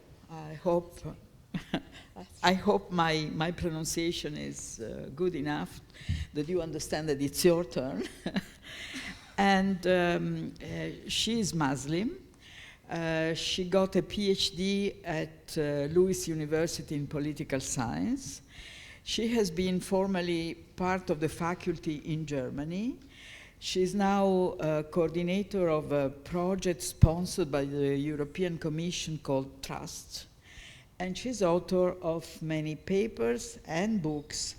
And I would particularly know more about the book on women on the pilgrimage to peace, which sounds very appropriate to discuss even in this context today. So please, you have the floor.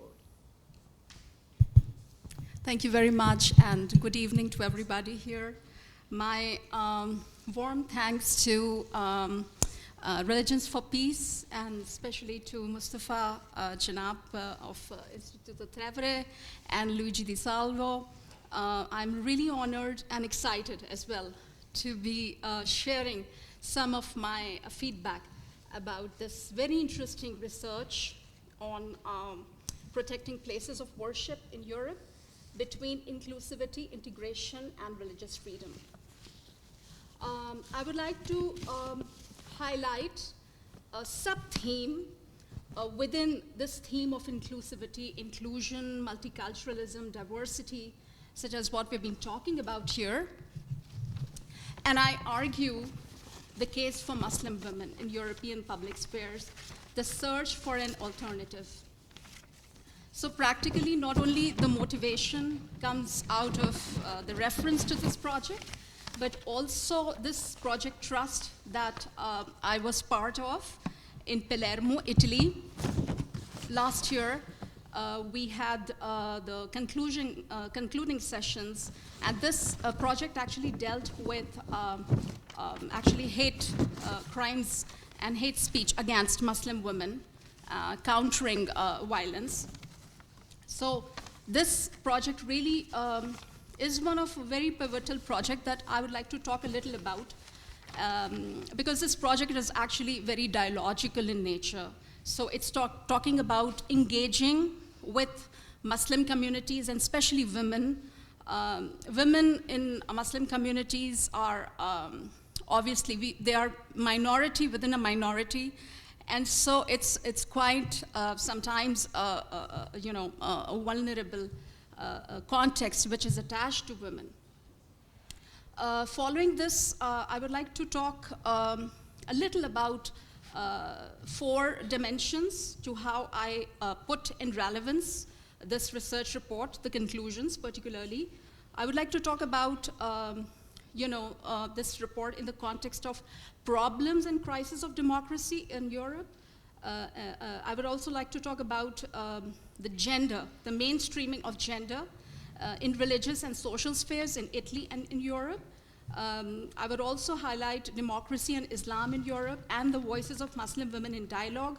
And then in the end, I would like to talk a little about what kind of a philosophical approach I think should be important so as to pertain to this kind of a context on inclusion and multiculturalism.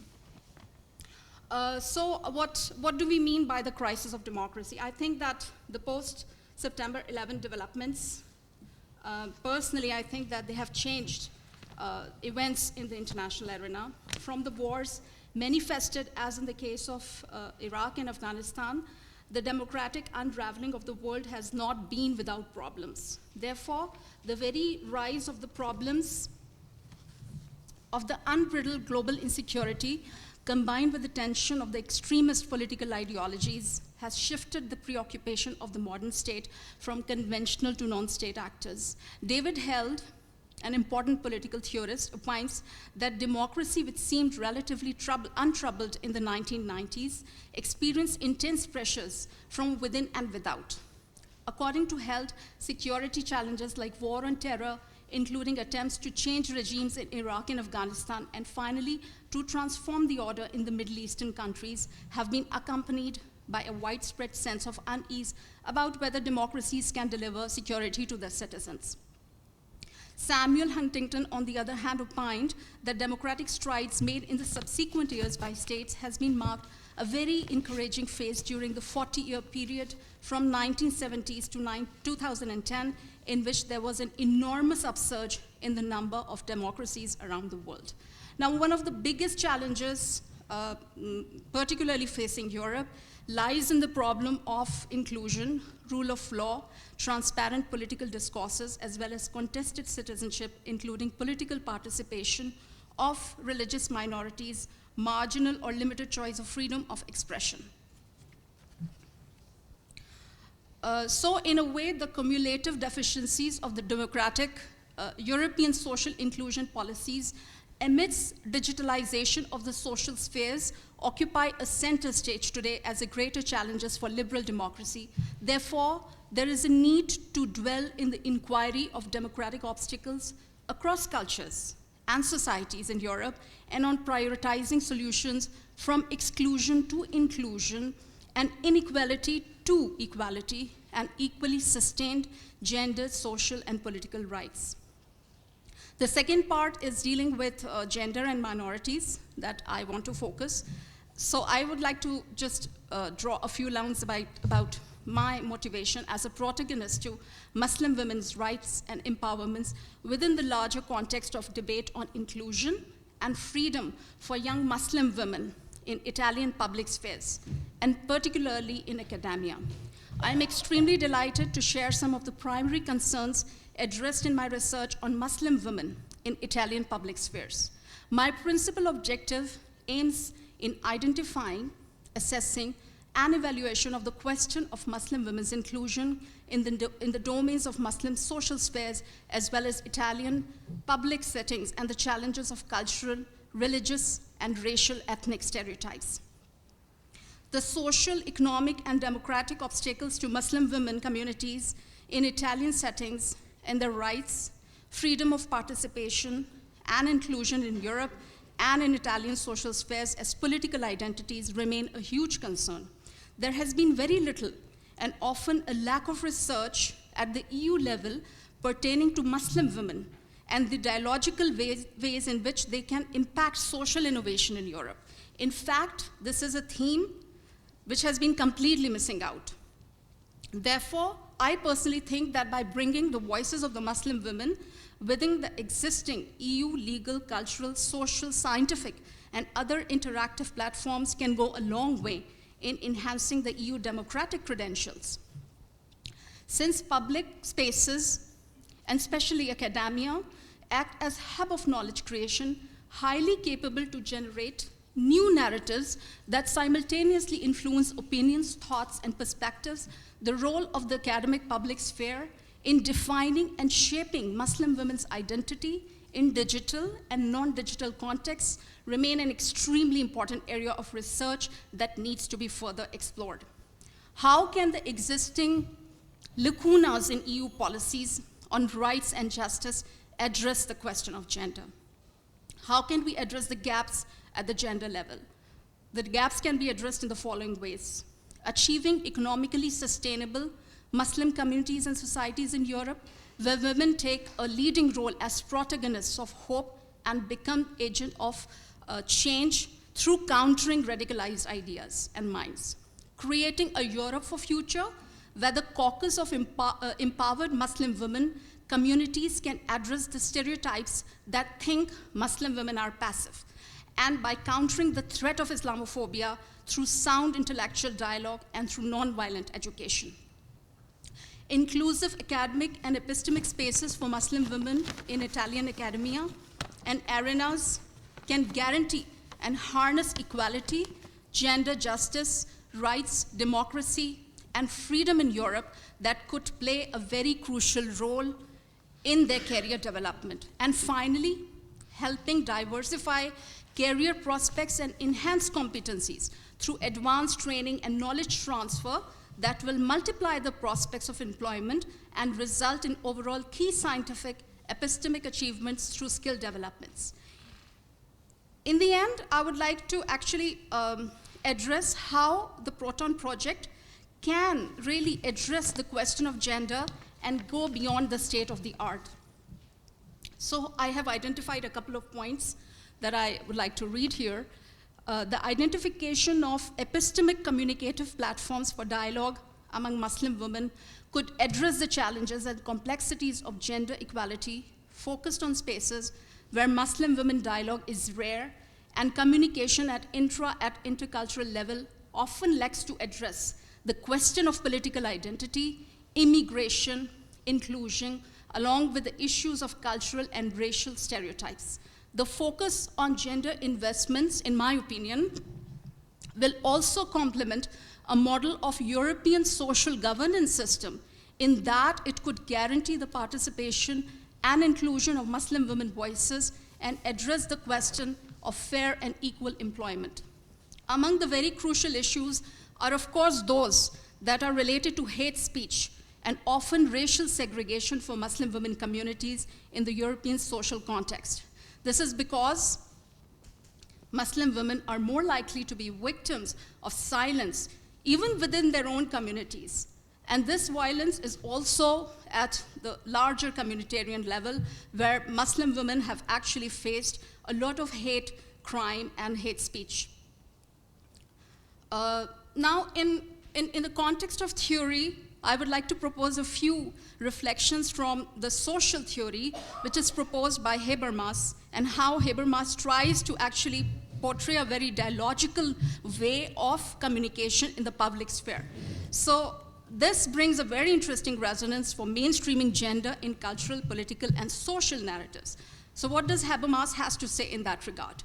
He says, the most industrially advanced societies seem to be approaching a pattern of behavioral control that is driven by external stimuli rather than driven by norms. According to Habermas, the colonization of the life world by the system also explains the pathologies of modernity, such as alienation and xenophobia. However, Habermas believes that it is possible to save the life world from the system and realize the emancipatory ideals of modernism. He argues that this requires the replacement of instrumental reason with communicative action in the ethical and political realms. Habermas' version is heavily indebted to Kantian tradition. He sees morality as a matter of unconditional moral obligation. The prohibitions, positive obligations, and permissions that regulate the interaction between people. The task of moral theory, he believes, is to reconstruct the unconditional force of such obligations as impartial dictates of practical reason that hold for any agent in a similar situation. Habermas links morality with respect for autonomous action. By following the dictates of impartial reason, one follows one's conscience and shows respect for the other. Habermas thus takes a dialogical approach to practical reason. This dialogical approach towards communication and communicative action is the need of the hour. Thank you very much for your attention. Thank you.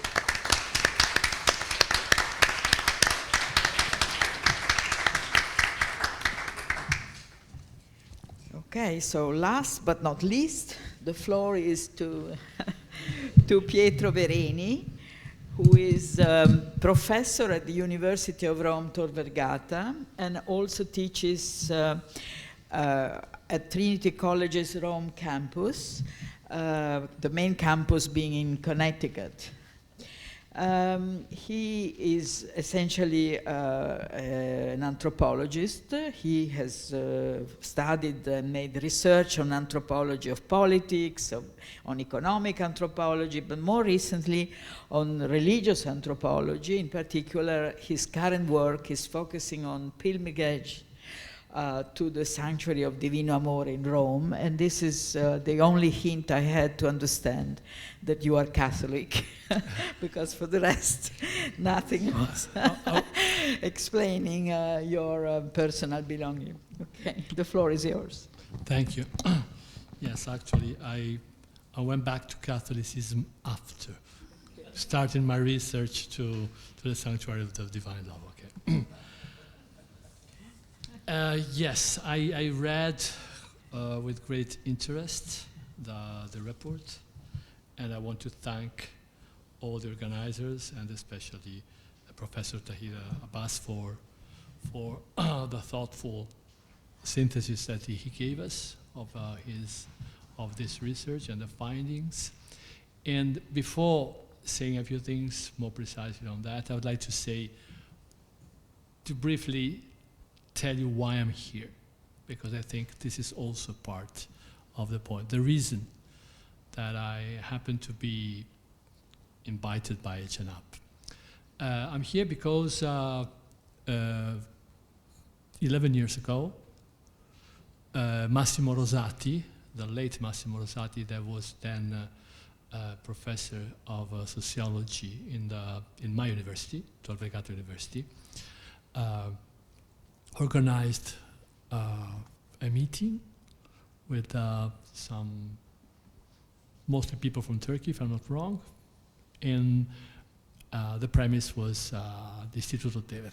So I had a chance to meet CNUP, and then we started, let's say, a sort of cooperation. And it was, for me, a great lesson to work with Massimo in the spirit, I would say, of the projects like this.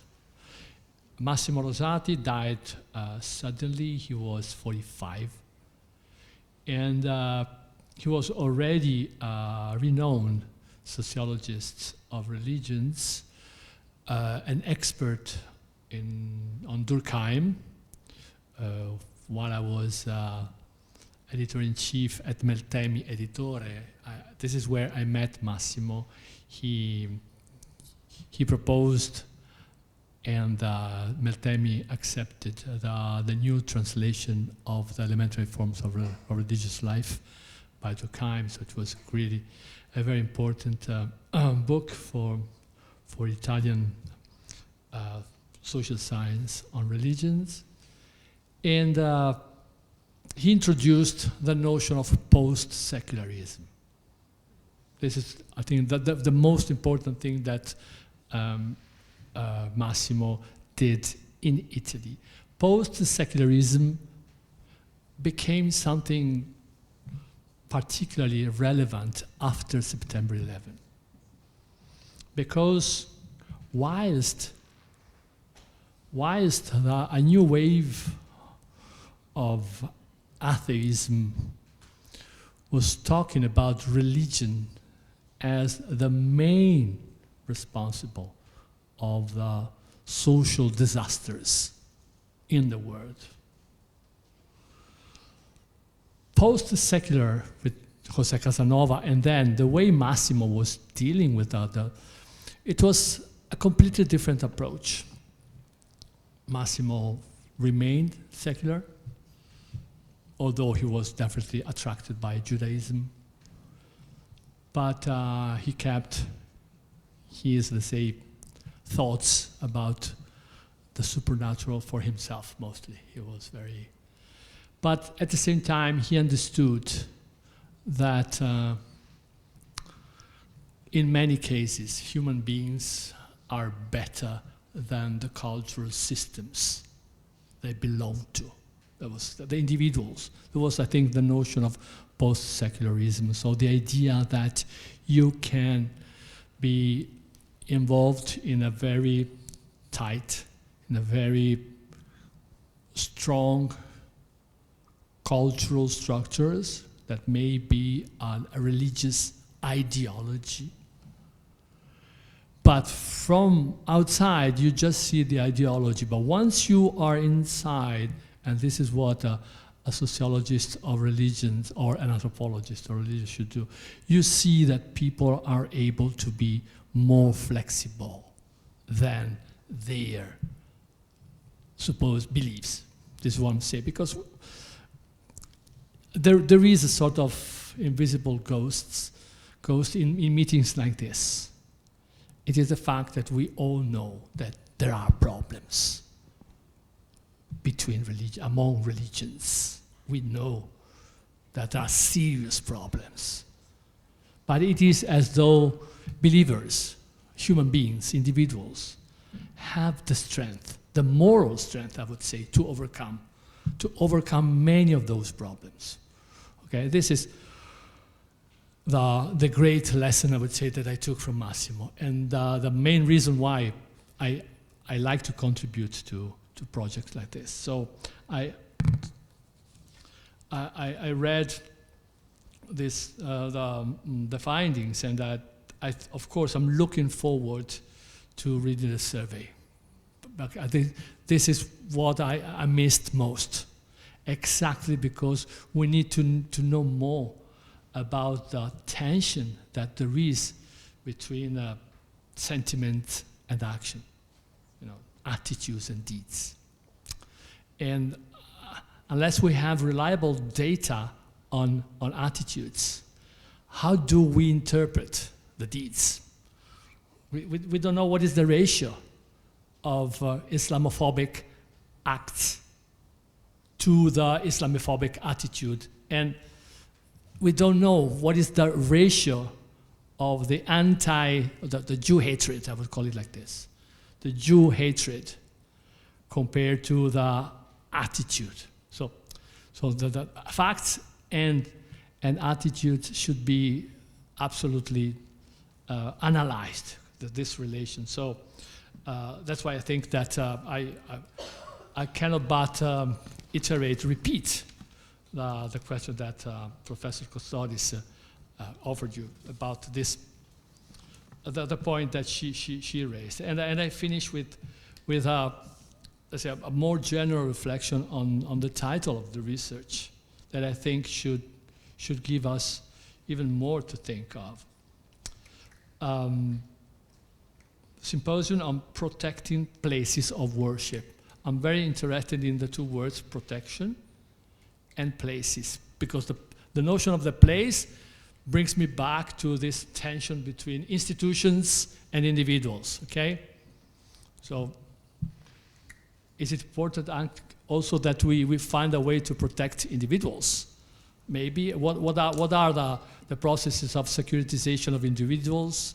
And the notion of protection and security, for me, should be elaborated more to understand to what extent it's from what?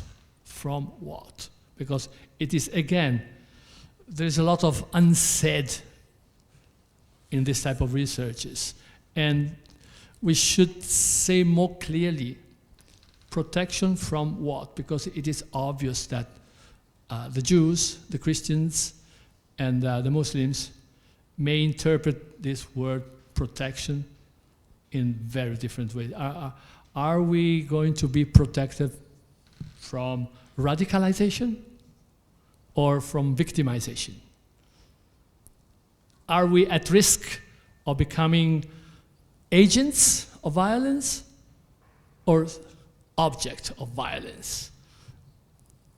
This, again, should be, I know that it is a very, very sensitive topic, but it is the topic in this moment, because it brings us back to this tension between what religions as systems of thoughts teach us or teach the believers, and what individuals in their everyday interaction perform as belief. Thank you very much.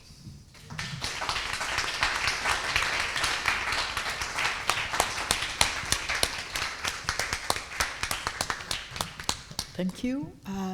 We are now a bit late, but my boss, Senap, said that we still have 10 to 15 minutes for discussion, comments, questions. So, Shall we go back to? I don't know. Maybe you could take the microphone. Yes.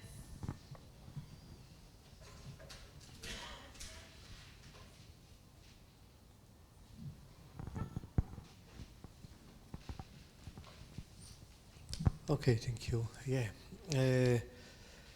Especially I was appreciating the words of Professor Tor Vergata. I don't remember your name, sorry, but it was very interesting. Never mind. It stimulated me. It's a question that I wanted to also give before also, but okay. I think we should understand, in my opinion, research on the root causes of this issue of security. Unless we want to make churches or worship places like military strongholds, because this is the trend now, to go ahead with the security issues will increase. We have to recognize why. Because this conflictual society is based on hatred and not on love. Because hatred make more money than love, and conflict make more money than harmony. Media especially are responsible for that, because audience and so on. But also, I think that in some way looks like this kind of secularized society. That I don't agree about some consideration about secular society. Not completely, not entirely. But this secularized society is based on finding always enemies, constantly. Whatever happened, disgrace, accident, wars, what is the main issue that media report? Who is responsible for that? Who is the person, the one that we should hate today for that? Sometimes it's the turn of Islam, another days of Judaism, another days are Christians, another day are other groups, minority groups, and so on. So like it's a kind of prayer, give us our enemy today, you know? To which one is the enemy today that we should hate? So I think this issue we should address in some way. My desire is actually that as a group of religions, like Religion for Peace and so on, we could make a statement about that and try to stimulate institutions and media to be more responsible about that. Because otherwise this issue will increase. There is no way that we can stop unless the culture change. It's a cultural change. Start in the schools from children and then go ahead with the information, the world of information. And even social media are responsible for that. That is a kind of constant gasoline on the fire. So this is what I think. So thank you very much.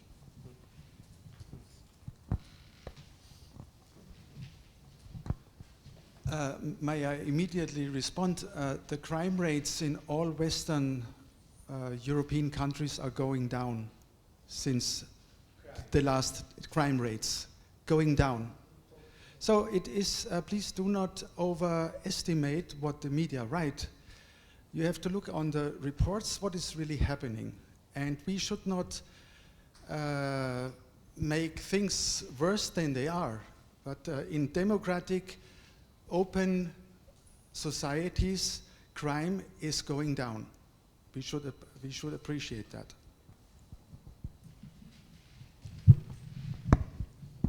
Yes. I think you are right, but it's true that public opinion prefers to read and listen about conflicts than about agreements. And this is why media talks more about that.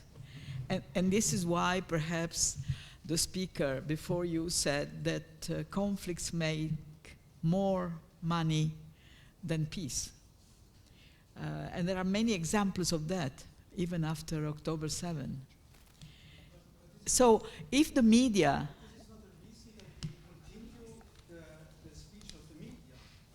It's true, but what is your additional information beyond the media? You know exactly what the media tells you. The only possibility you have is to try to read different newspapers or listen to different radios or different TV programs. Yeah, listen to science, to police reports, to facts, and not to opinions that we read all over on our smartphones. I agree with you, but only if you're an expert, you read the police report. Otherwise, you only read the summary newspapers make of the police report. So essentially, you are saying we should be more informed, but only few people can be more informed. It seems to me, sorry to intervene, I shouldn't do that as a notary. Can I just add one point here? I think media really is an instrument, sometimes which is used for propaganda. And the case, very specific case in this regard is the radicalization of Muslim women.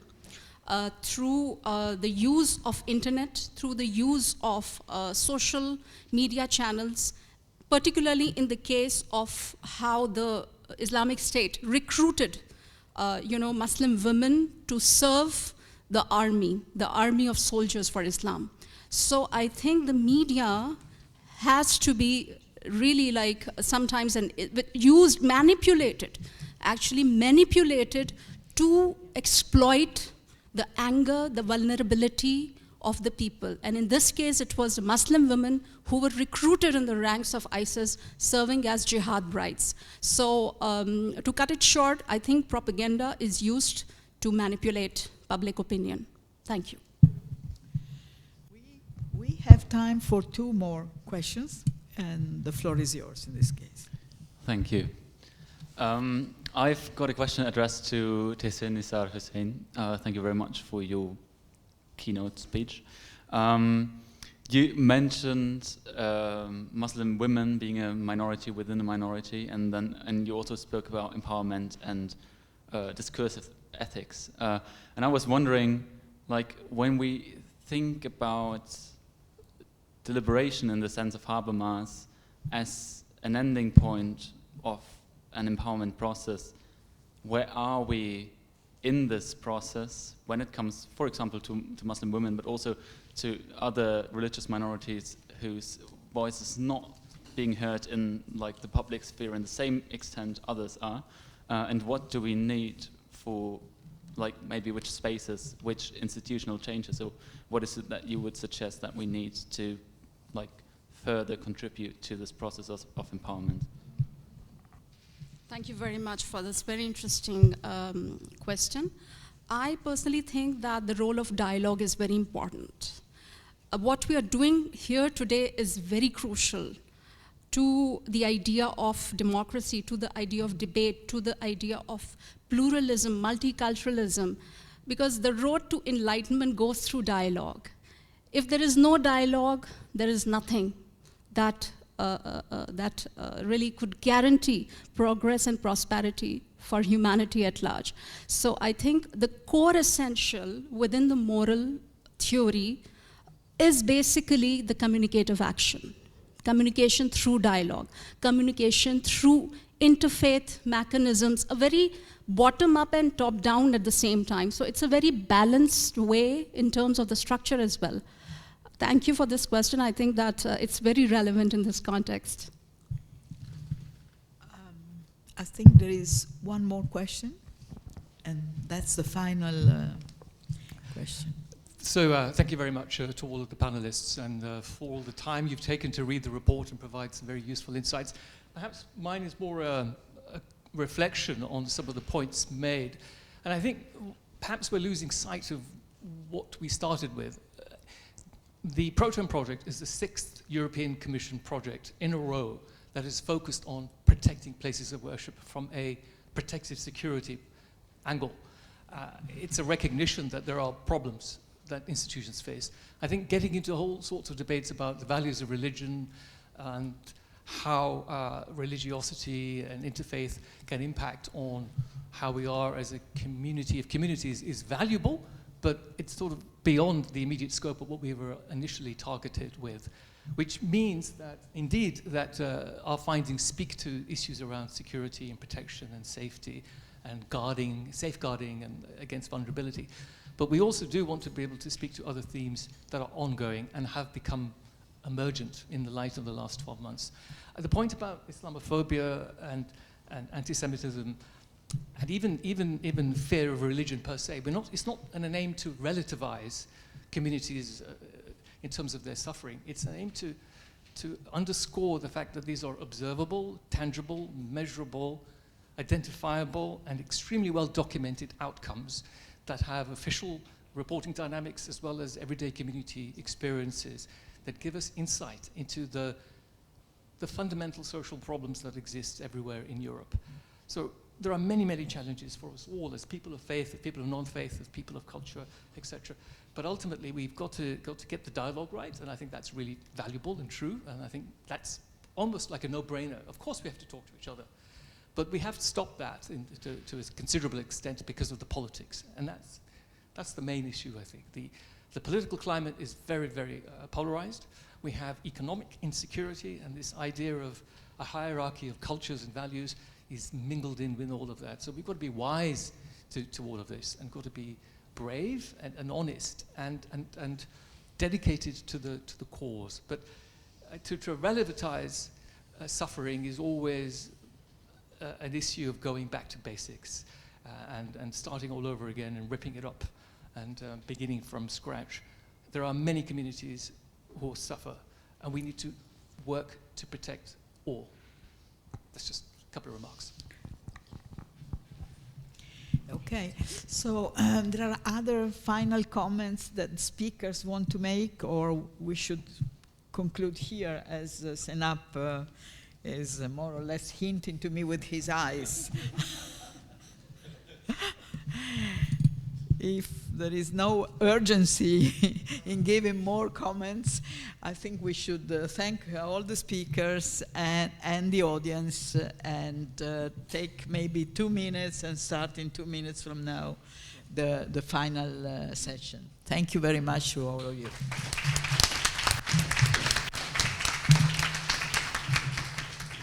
Well, thank you again just for being part of this lovely day with us. And now we have the session called Local Reflections on the Protection of Place of Worship and Interfaith Collaboration. And we have normally 4 speakers for the session, but I told you Professor Ida Zilio Grandi from Venice Ca' Foscari University would like to join us at the last minute, but unfortunately she was called by the director of the university. And even the afternoon, she couldn't make it for a Zoom session. But, you know, she apologizes because she hosted a workshop in her university at the beginning of this month in Venice.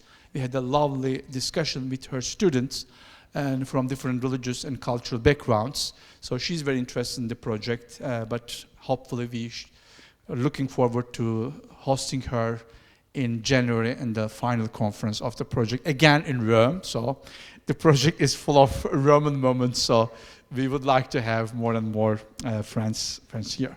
Okay, I would like to present you our first speaker, Professor Michael Dreesen, Professor of Political Science and International Relations, and inaugural director of the MA program in International Affairs at John Cabot University here in Rome.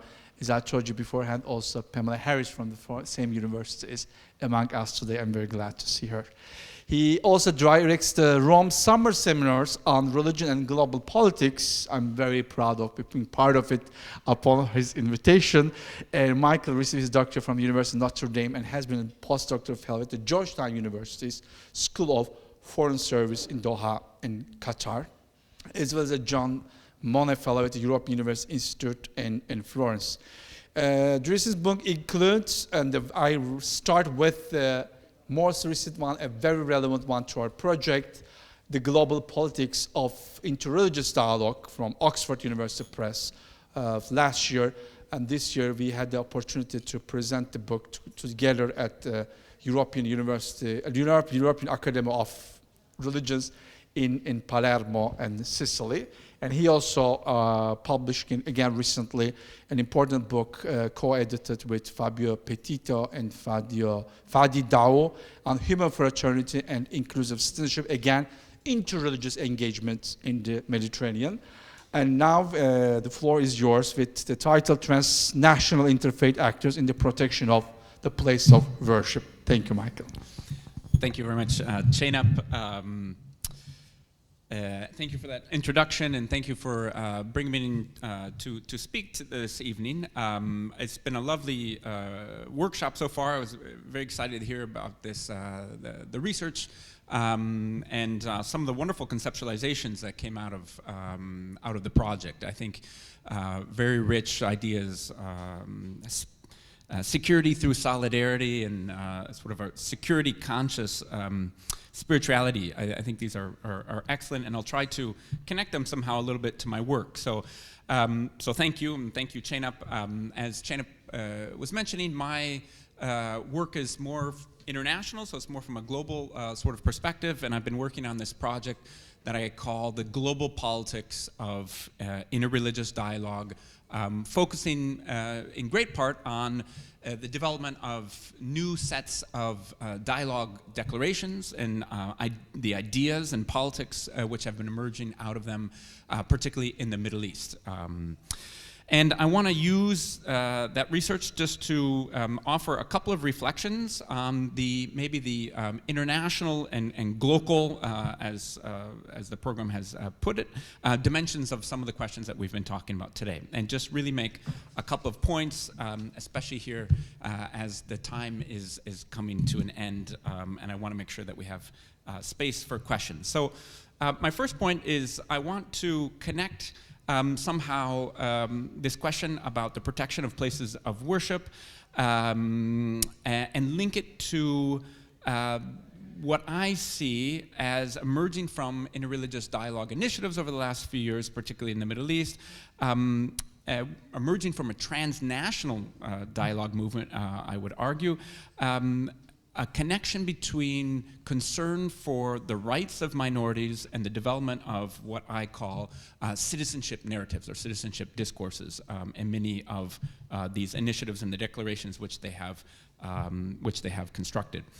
And in that growing awareness, there is this, I think, understanding, which is a trans-Mediterranean understanding, which connects, I think, sensibilities within Europe about violence against religious minorities, sensibilities about Islamophobia, which we've heard a lot about today, and it connects that growing awareness to sensibilities within the Middle East, particularly after the Arab Spring and the violence, particularly connected to the Islamic State, of violence against religious minorities.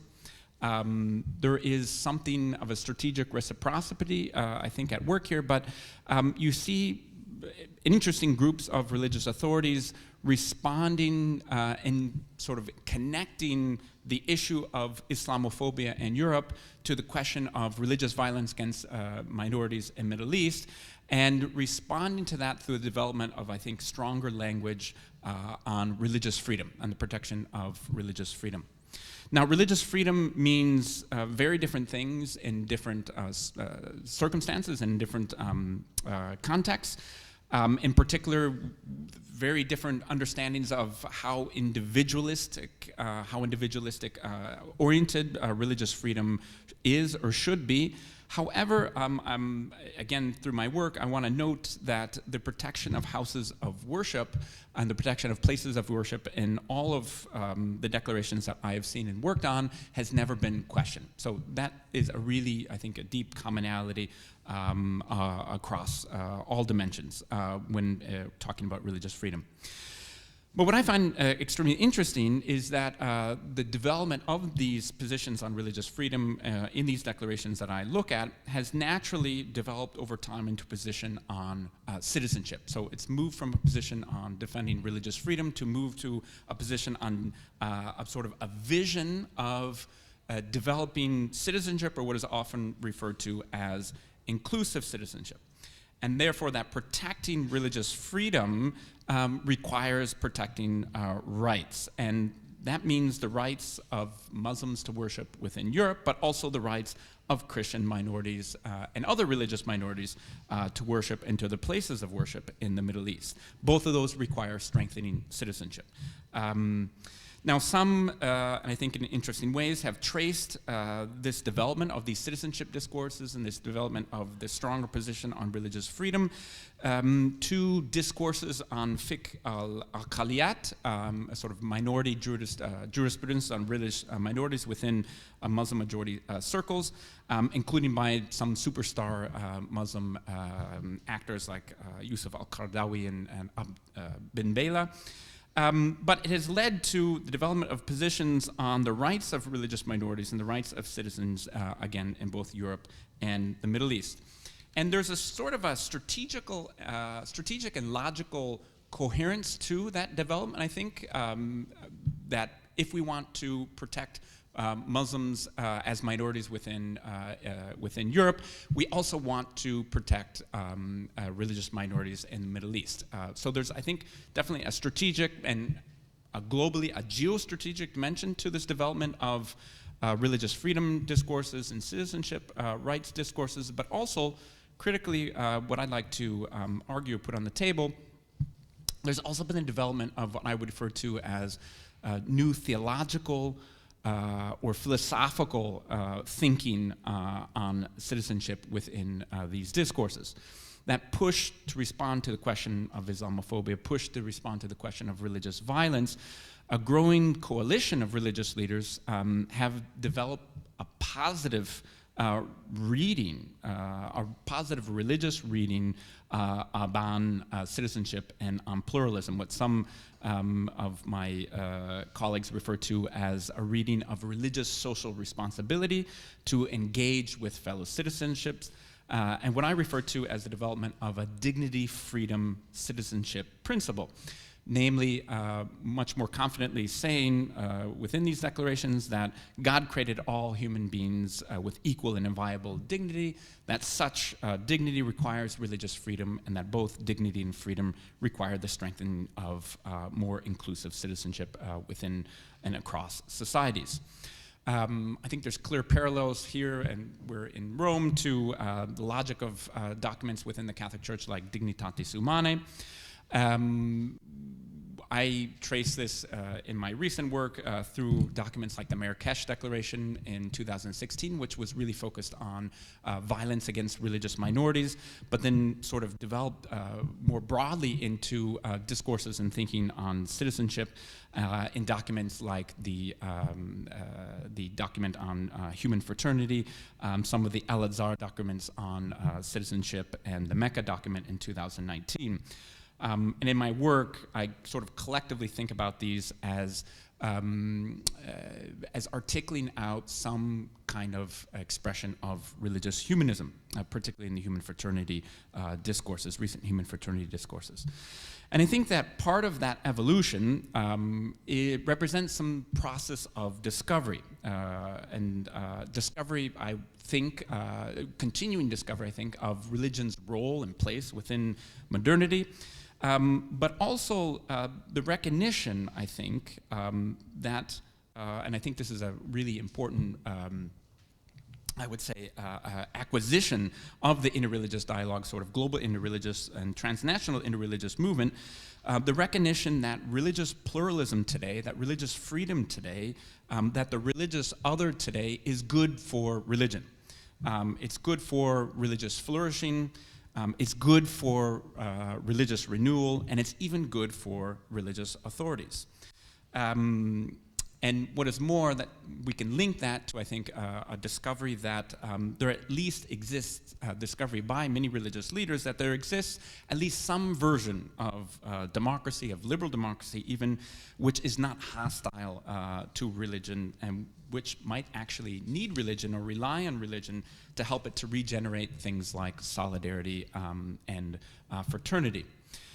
And I think that discovery, that recognition, that acquisition by the global interfaith movement, that religious communities can fully participate in a flourishing way in these pluralist environments through working on things like social solidarity and fraternity, I think that should not be underestimated. I think we oftentimes underestimate that acquisition and sort of roll it under the rug, especially today, and I think in our time of apparent interreligious setbacks, as I think the violence in Israel and Palestine certainly represents. And I want to sort of end here by making an appeal and mini reflection in that direction.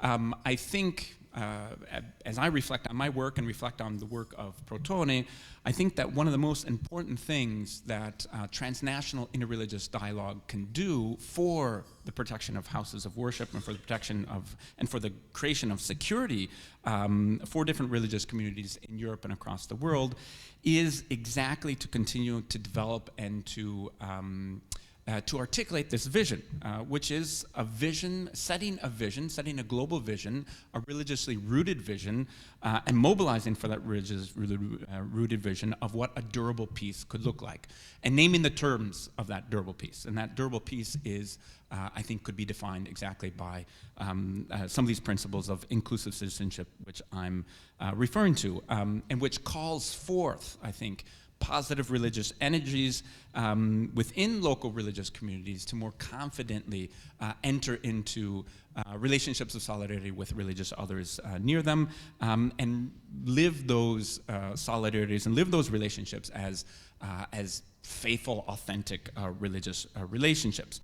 I think that kind of vision has become much more difficult today, again, because of some of the setbacks that we've been seeing.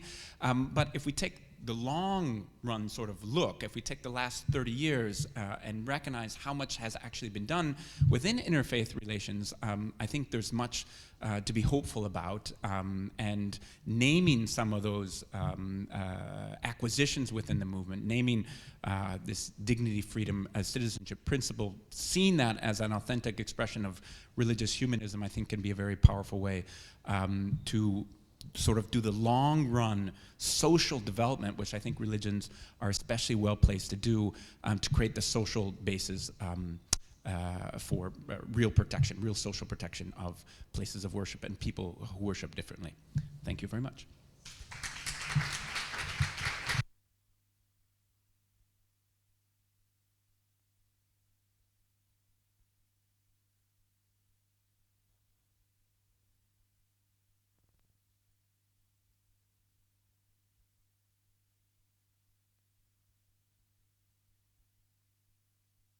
Okay. Thank you very much, Michael, for just bringing up also your recent research, with what we are trying to do. I really it's not just since Michael is here, I recommended your book to several colleagues in the project, so I think it's really important to bringing up, because now we are focusing on the European context. But since you're covering on the other shore of the Mediterranean region, I think there's so many juxtapositions happening, especially in terms of immigration, and so many people from Middle East are already present here. And also there is a huge interest from the European perspective to construct sustainable peace in the region. So I think it's very important that we put into dialogue these two aspects and bringing up the geopolitical dimension so that we can have a broader approach for protection of places of worship. Now I will just introduce Professor Hafner from Potsdam University. And Professor Hafner studied philosophy, theology in Augsburg, Munich, and the Philippines. And then assistant to the chair of pastoral theology at Augsburg, and then he did his doctorate in 1995, visiting lecturer of systematic theology of the University of Dayton, United States, and then he got his habilitation in 2001. And there's something particular about him, and I discovered this very recently. And he's an academic, he's also a deacon, he's a permanent deacon in the Catholic Church.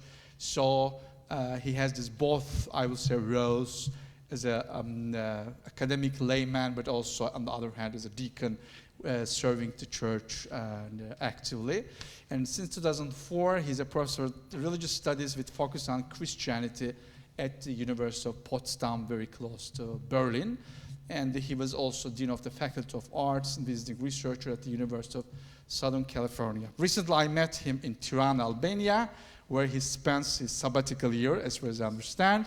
And because we were together for a very ambitious project, again, between 3 countries, Italy, and the partner was Istituto Tevere, and Prisma Dialogue Institute of Tirana, and with Professor Genti Kuria, and from the Horizon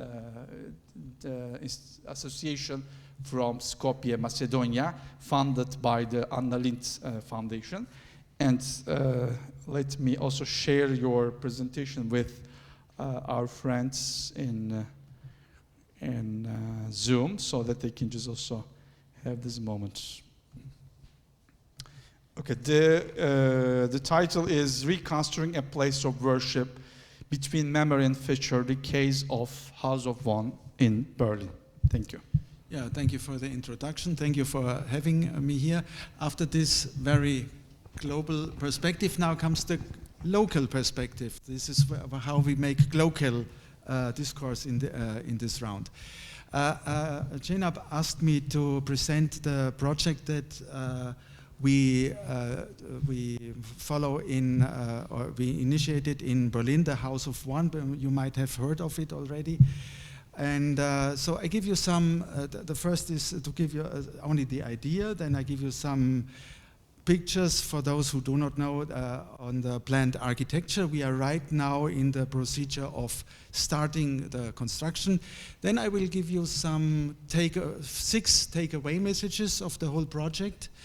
And in the last step, I will just ask for what would be security aspects for an interreligious house in the middle of Berlin. So these are the 4 steps I want to take through.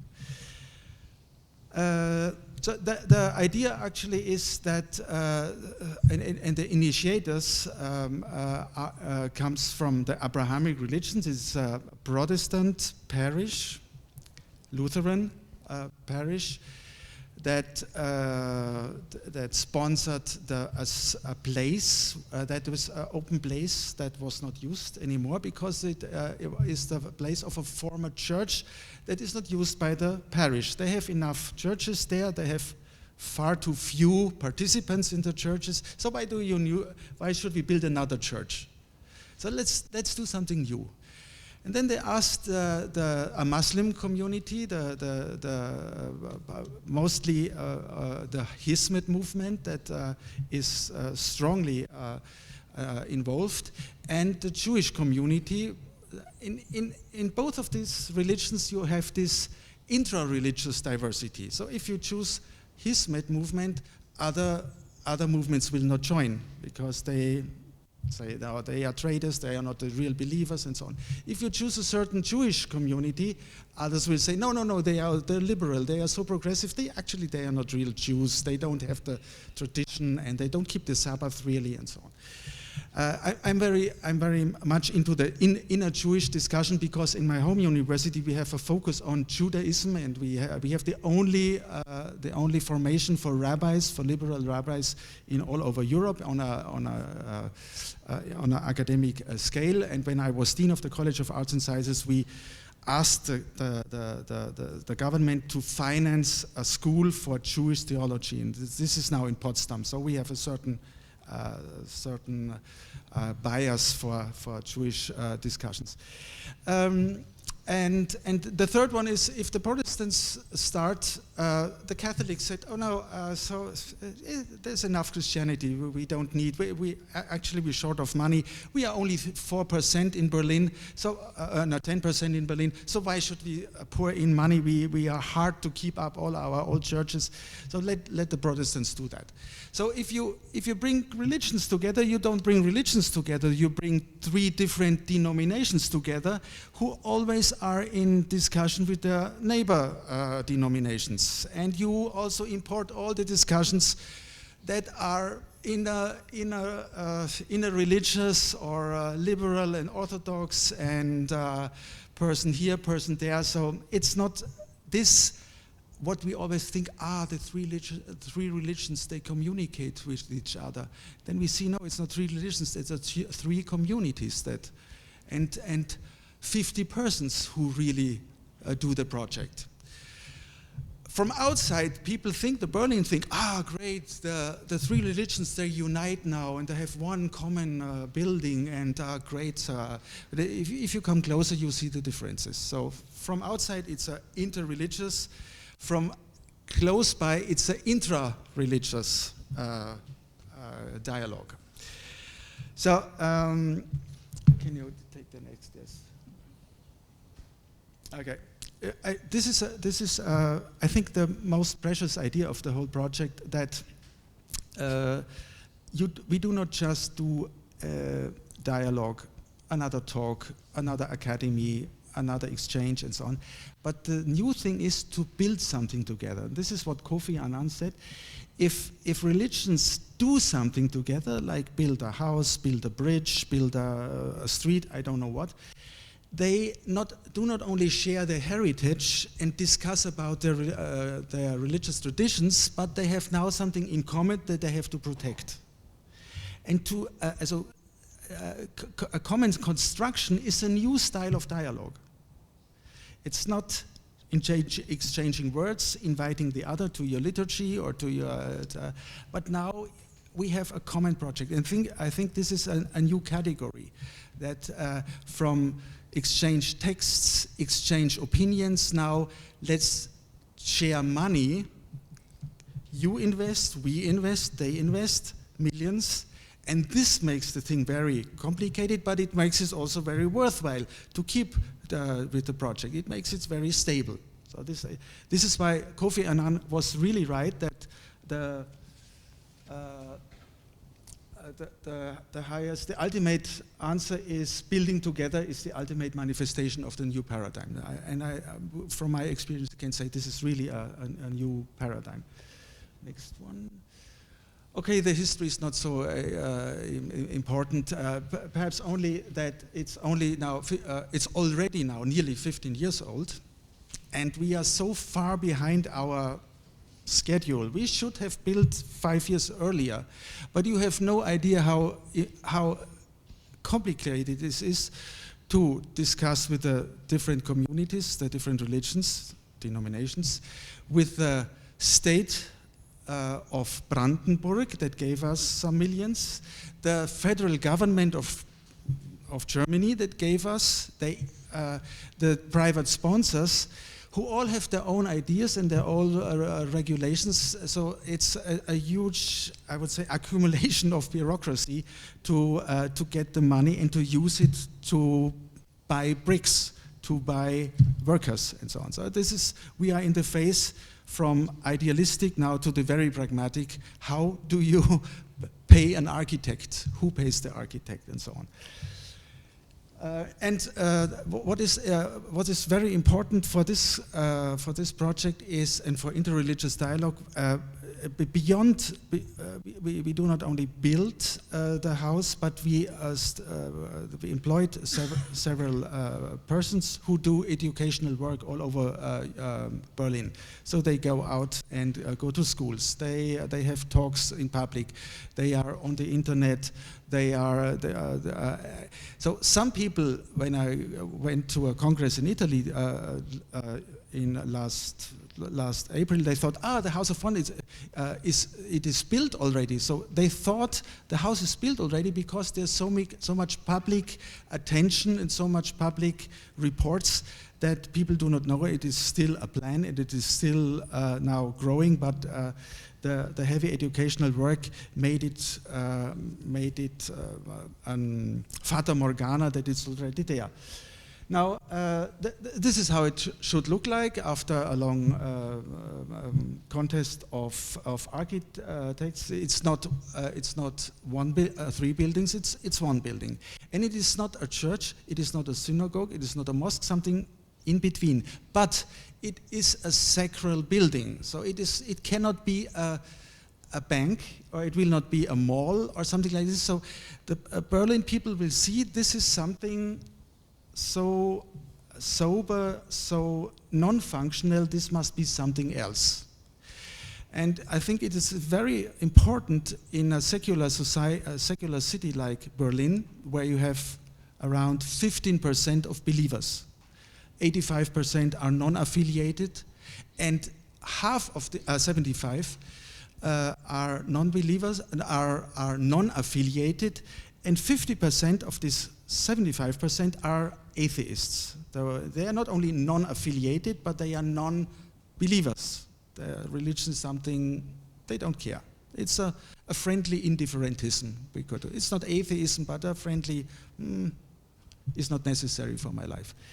And to have religious symbols in a city where you nearly have no more, to my opinion, religious symbols anymore. Perhaps 100 years ago, you had priests, you had nuns walking on the streets. Like when I'm here in Rome, you go 50 meters another church. And then you see a priest, you see a nun, you see a Filipino who is here for his studies in theology, and so on. In Berlin, they only, to my opinion, the last religious sign in the public sphere is the Muslim headscarf. Women who wear for the tradition or out of their tradition or conviction, who wear the headscarf. So this is the last. And if Jews dare to wear the kippah. But this is, in some regions you might get spit on. There were some incidents.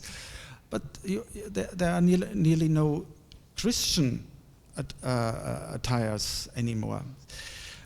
I think it's necessary also for a global city, for a metropole, to have religious signs in the public sphere. And this church, mosque, synagogue will be one of them. To say, this is the secular city, but religion belongs in the middle of a secular city. It is part of our tradition, it is part of Europe, it is part of Germany, and it is part of Berlin. Now this is how it looks like. These are the three, this is a cut, longitudinal cut. Then this is the middle. We have 4 rooms, a synagogue, a mosque, and a church, and the middle should be the so-called 4th room for the contact with the secular world. What does it mean? There's a religious tradition that each house of worship has an entrance part where the pagans also could access.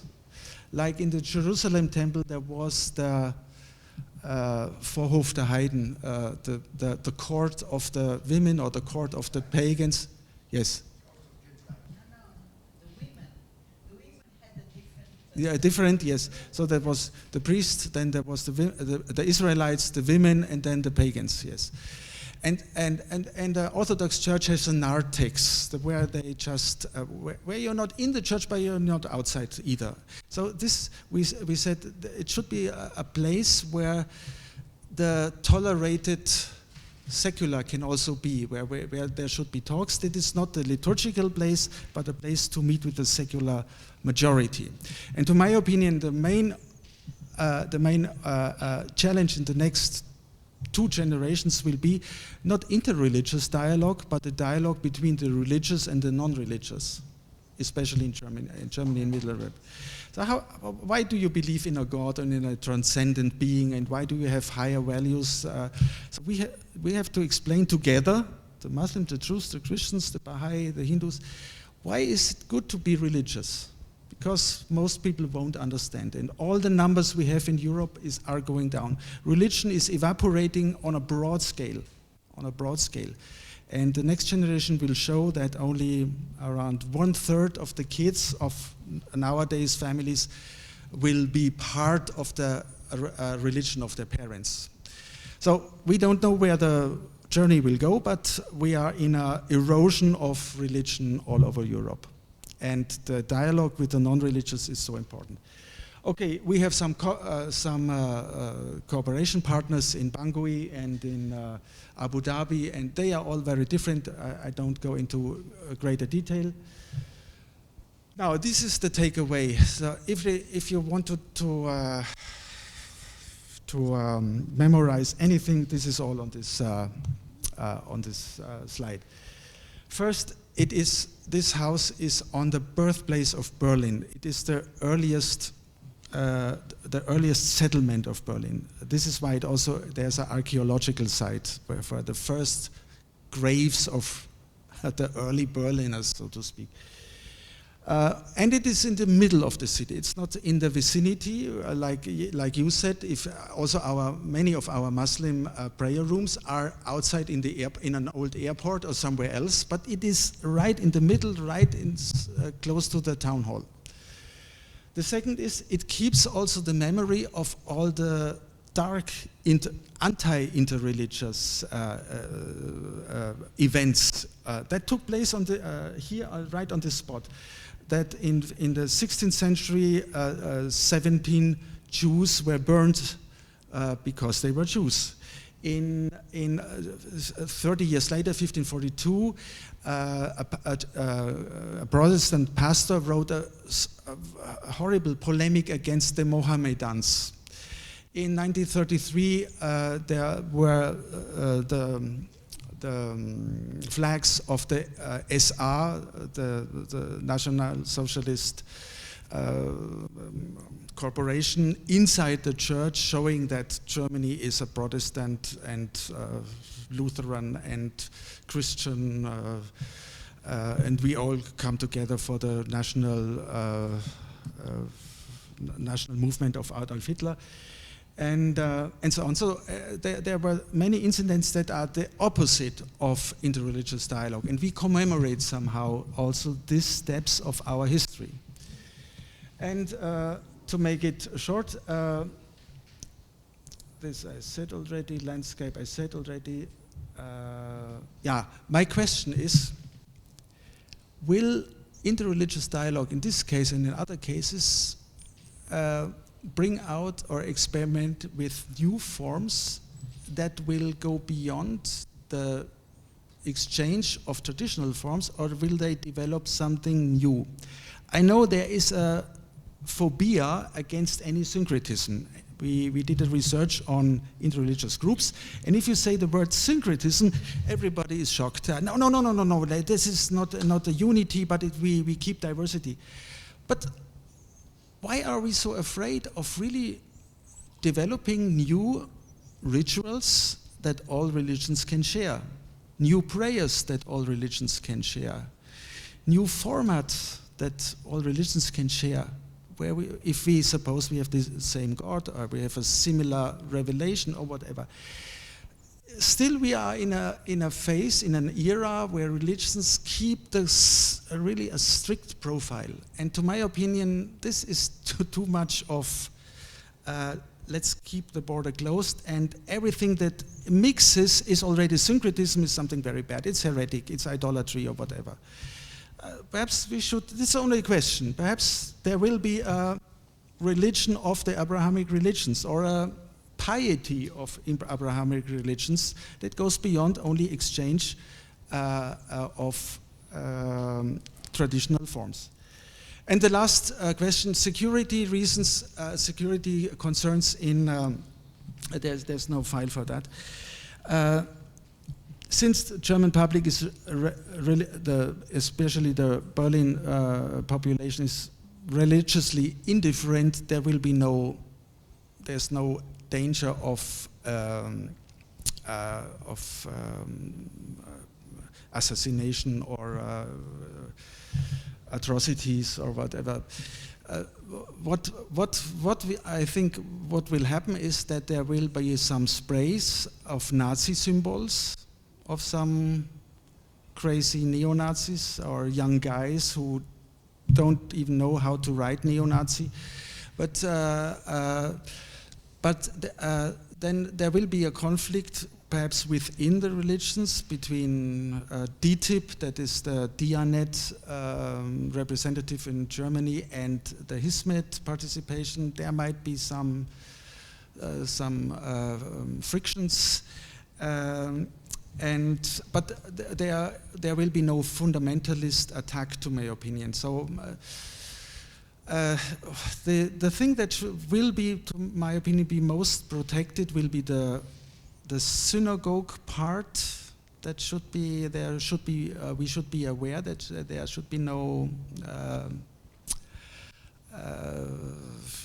people hanging around. But to my opinion, this building is so abstract and that it will not attract atrocities. So from my point of view, but I have to ask, of course, police, there is no security danger to be expected.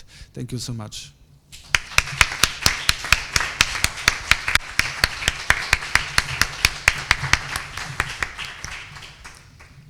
Thank you, Professor Hafner. And this, as you know, House of One is one of the partners in this project, represented by different members here, Jonathan, Kubra, and many others. And also, I would like to hear also, since now I will start to present Professor Weller as someone living in between two countries, and I would like to say, first of all, he's in the advisory board of the Protone Project, as well as Dr. Arhan Kardash from Berlin and Professor Christoph Burtmann from Erfurt University. They are also members of the advisory board, and they are also honoring our symposium with their presence here. Professor Weller is a Christian in the Baptist tradition of Christianity, and he lives between two countries because he's a dual. He has a dual citizenship, and I know the whole history behind that, UK and German. And he has been a very prolific researcher and professor of religious studies in UK, publishing and especially on interfaith relations, but also religious diversity. I just mentioned one of his publications, Time for a Change, Recovering Religion, State and Society, God, Jesus and Dialogue, and religious diversity in the UK, Counters and Issues. I just would like to also mention of his very recent publications of 2 years ago, because he has also extensive research on the Turkish Muslim scholar Muhammad Fethullah Gülen, who passed away 1 month ago in the Pennsylvania, USA, and the Hizmet movement, and he published 2 books on Fethullah Gülen's teaching and practice, inheritance, context, interactive development, and Hizmet in transitions, European developments of a Turkish Muslim-inspired movement. And the floor is yours, but I just put your PowerPoint, so as a baby you will be more comfortable if you'd like to just come here and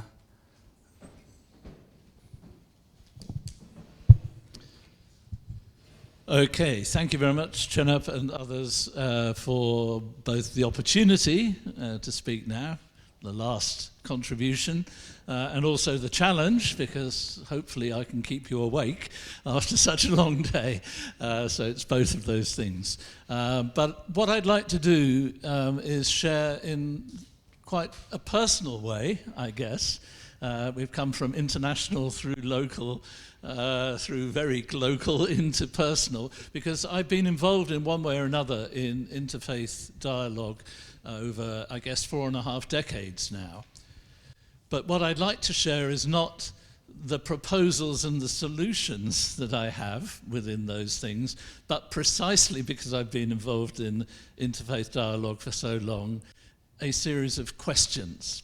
And those questions to pose back to the presentations we've had earlier, and to pose forward to the new Interfaith Council and its work and its agenda. So I'd like to share questions with you. No, now it's not operating. Just a minute, what's happening here? No, it's not now picking it up. So let me try with the... Yeah, okay. So, having brought a clicker with me, it's not working. There's the technology challenge all the time. So, the questions I'm going to share with you, actually, I first formulated these questions about 30 years ago. And unlike some of the answers that I might give to interfaith relations from 30 years ago, I probably couldn't stand by some of those today. But I thought, well, shall I revisit these questions and see if they're still valid? And they were originally questions I set to myself as a Christian, but I'd like to ask, might they also be relevant to people of other faiths and none? And to inform, as I say, looking back on what we've heard and looking forward to the constitution of the new Interfaith Council tomorrow. So, what role does fear of the other play in dialogue?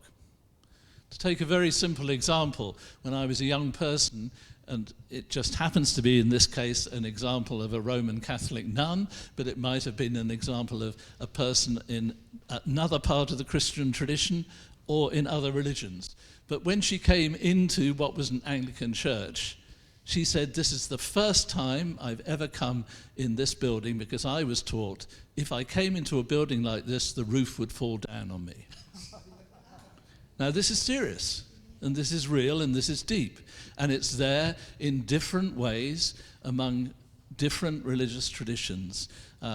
We've imbibed and inherited fears.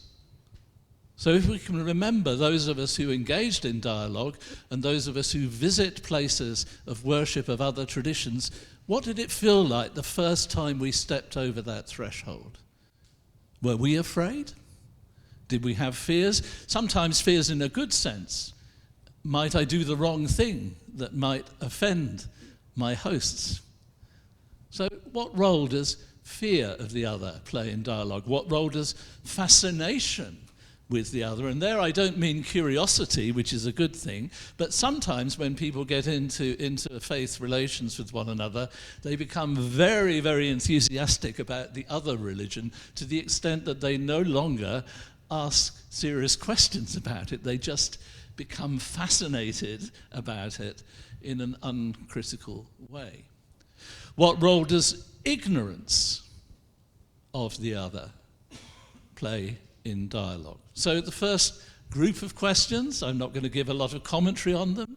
I'm just going to put them out there, ask you if they're valid questions, and for you to reflect on them also for yourselves. The second group of questions. When we try to translate aspects of our tradition into the language and grammar that is recognizable in other traditions, what do we lose and what do we gain in the process of doing that? Because I suggest we might have both of those things going on if we try to have this communicative thing that Habermas was referred to earlier. So, for example, in the UK context, historically, many Sikhs tried to explain what they mean by taking Amrit in the Sikh tradition as, oh, it's a form of Christian baptism. Now, in one sense, that's understandable because it was trying to communicate something to a wider culture inflected by the Christian tradition. But actually, the taking of Amrit is not really like Christian baptism. So when we try to translate into the language and grammar recognizable in other traditions, what do we lose and what might we gain in the process? And then when others ask us to clarify in language they might understand and be able to relate to what it is that we personally believe and think in the tradition of which we're a part, how far can we actually do that? Do we just refer to the inherited important traditions of our religion or to the teaching authority of our religion? Can we articulate that for ourselves also as individuals? But how important is it to speak for ourselves as individuals and at the same time for the wider tradition of which we're a part? Can we do that? Can we also speak for things in our tradition with which we are not at all comfortable and with which we profoundly disagree, but can we help in explaining that to others in a way that that helps rather than hinders? How far are we really able to do that? So that's the second set of questions. The third set of questions is, in dialogue, how do we deal with the interaction between our image of what should be the case in our own tradition, according to its norms, For example, just one example could be with any religion, Islam is a religion of peace. Yes, and clearly Muslim believers perceive and live it in that way. But how does that relate to what is perceived by others to be the case? And in that interaction, how do we deal with that image of what should be the case in our tradition, which we know is not always the case, and how others, in any case, perceive us? And that leads to the question of, well, also, how far do we modify our explanations of our tradition or position in the light of whom we're talking with? Now, it can be a good thing to speak differently with different people, because that can be respectful of the particularity of the other. But it can also sometimes lead to speaking in two different directions differently, speaking as American indigenous people would have called it, with a forked tongue. Yeah? So if we modify our explanations of our tradition and our explanations of our position, how far is that intellectually or morally acceptable? And indeed, within our own traditions, would we want people of other faiths to overhear sometimes what it is that we say to one another within our traditions? Question. Another set of questions, and we're coming towards the end now, so not too long. How guilty are we, and I'm using the word guilty there deliberately, in dialogue of compartmentalizing ourselves and those with whom we dialogue, and of abstracting ourselves as individuals and the others from the social, political, and ethnic relations context of dialogue? So, when I was a very young person, my best friend at school came from an Orthodox Jewish family, and his mother asked me a question: Paul, why do the Christians bully my son? I wanted to say, as an evangelical Christian, oh, well, they're not really Christians. You know? That's not my belief. I wanted to make a clear distinction and say, this is not my kind of Christianity. But could I abstract myself from the centuries of Christian history and from those parts of the Christian church with which I profoundly disagree? Could I abstract myself so easily from that? I don't think so. That was one of the first big lessons I learned from my Jewish best friend's family asking me that question, and that comes through into dialogue today. So how far are these contexts of dialogue also the proper content of a holistic dialogue? And what's the relation between a proper honesty and a proper politeness in dialogue? Jenab referred to the fact that I live between two cultures, broad cultures, German and Brit, or German and English. So I was born in Wales. English people go around the houses for everything. Germans are known for being much more direct. Okay? What's honesty and politeness in intercultural communication? And in our interreligious communication, our cultural formation around things like that, how we express politeness and how we engage in honesty, is an important part. So, right towards the end now, I put it up like this. Okay, we can reflect on things, we can have lots of good ideas, we can learn in practice, but are some of us just genuinely confused and maybe even actually a little bit mixed up with making sense between the logic of our own traditions and the fact of religious plurality? These are things that are not easy. They can lead us and leave us with confusions. And if those confusions are there, is that the result because we're too lazy? Or because maybe there are genuine problematics there? So, in closing, one final slide. I share with you a thought from Kenneth Cragg, who is an Anglican bishop involved in Christian-Muslim dialogue in particular, but also in dialogue with Judaism.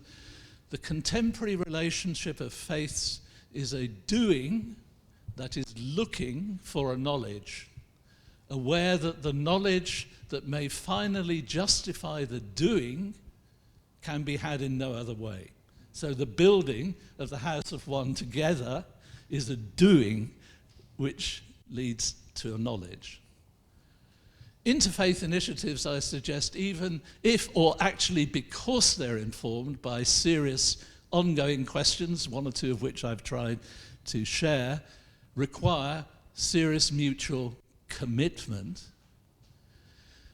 They require a focus more on a journey than on a destination, within a mutual commitment to travel together, and not wanting all the questions to be resolved before we set out on the journey of building the house of one, but in the process of doing that. On the other hand, the journey is not really a freewheeling ramble. Of critical importance to the journey of interfaith dialogue is the direction of the journey, and even more so, the way in which that journey is undertaken together. Thank you.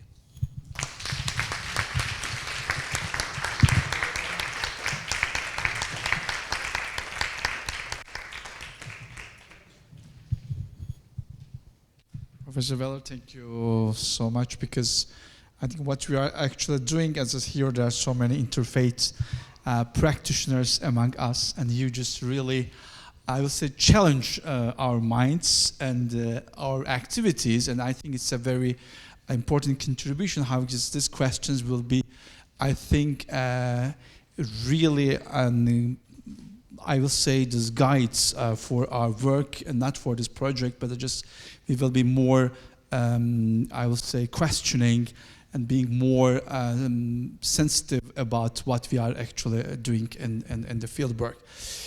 Now we have really arrived at the end of our program, but I would like to have very few questions, so we shouldn't be really losing this opportunity to pose some questions and comments to our three very important and precious speakers.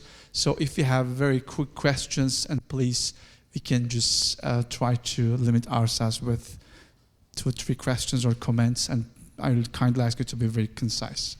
I just already saw 2 of them.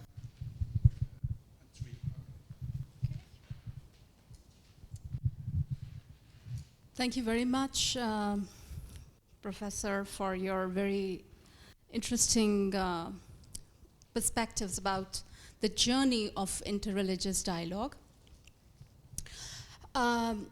Probably in my journey of interreligious dialogue, there were fears on a personal level. Fears that pertained towards the others. For example, how others will perceive me being in a particular tradition, coming from a particular spiritual orientation.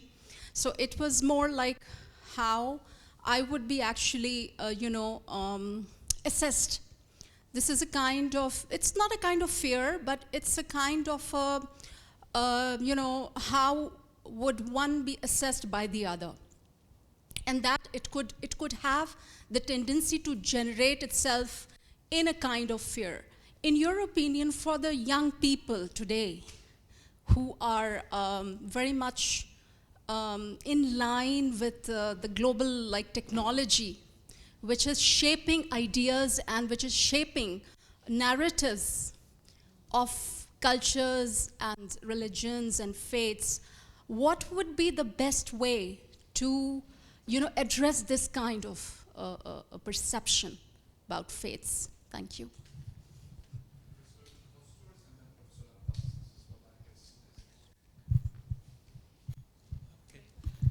Okay, so I just try and keep this succinct, and perhaps this helps. So isn't this whole idea about interfaith dialogue, engagement, knowing that there are differences between different peoples of faith, but that there is more that connects us than divides us, so let's be the best human beings we possibly can for the greater good. And that doesn't have to bring in theology, practice, it's the human element. And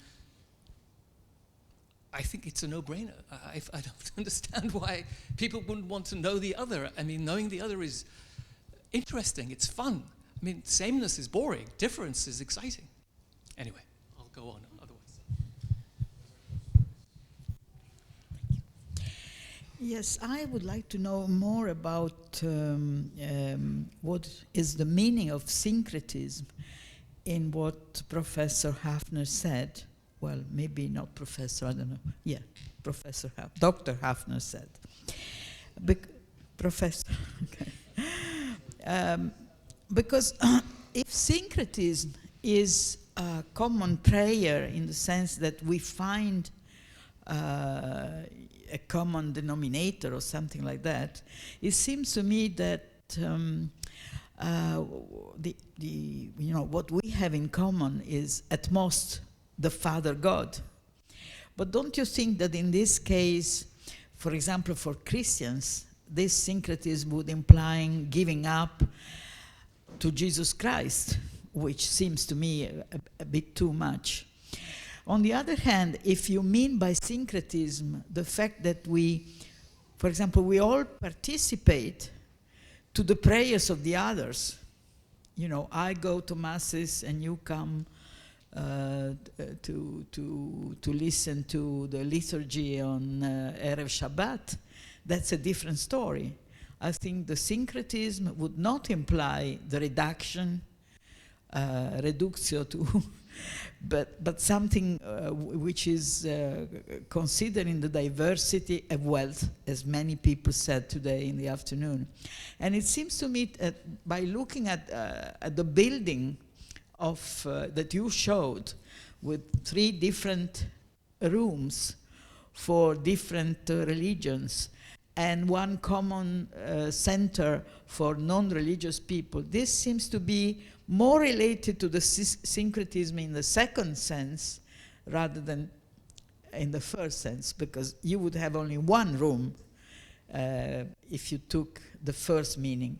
So maybe I misunderstood what you said about a common prayer, and I'd like to know more about that.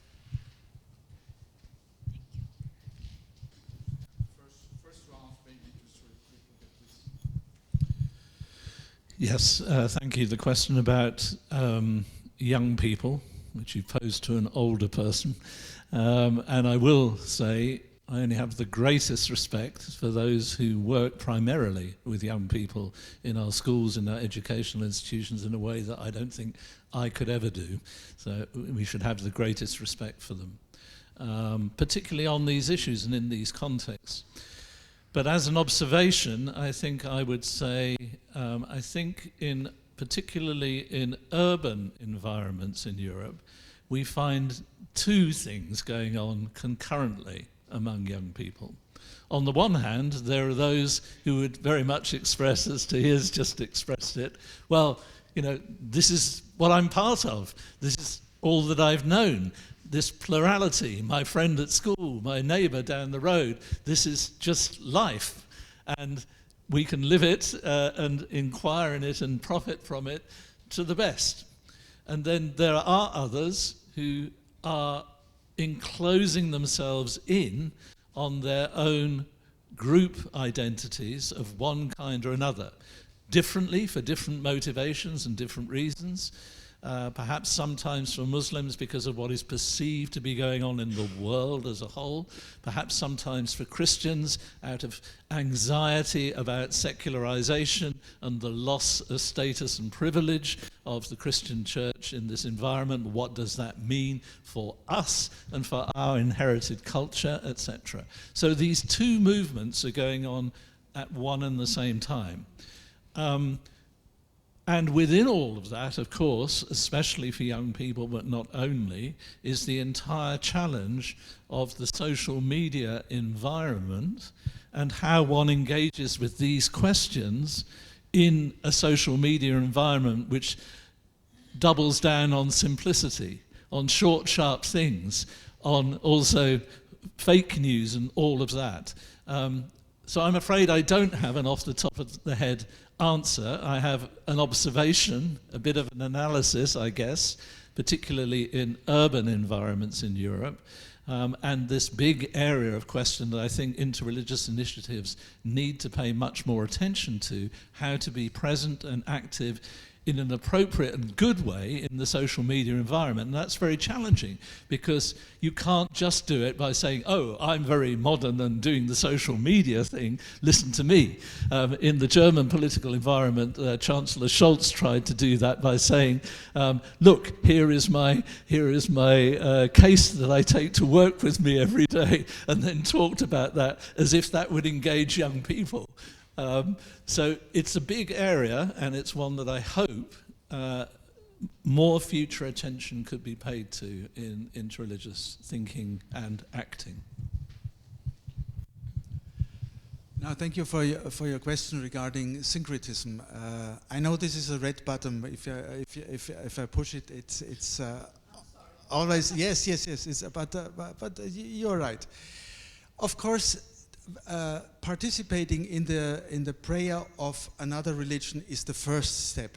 And I tell my students, if you go there, if you do field work, you don't go there and sit behind and just, you are not only the observer, like an ethnologist who is observing a rain dance of some indigenous people, but you participate in the prayer. You stand up, when others stand up, you sit down, you kneel down. If you're in a mosque, you do the rak'ah, and you experience what this is doing with your body and with your feelings. But of course you will be a guest, and you always will also observe. So you are not a Muslim if you do participate in Friday prayer, but you participate.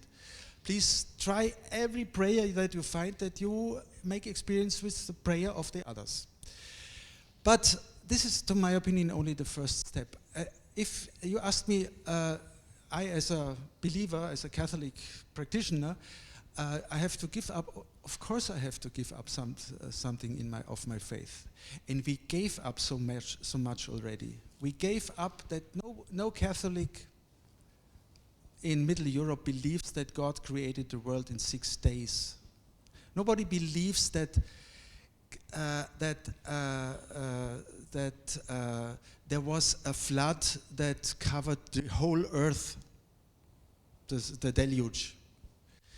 Of course, these are symbols, these are allegories that God can withdraw His grace from the creation, and then the floods of chaos will come back.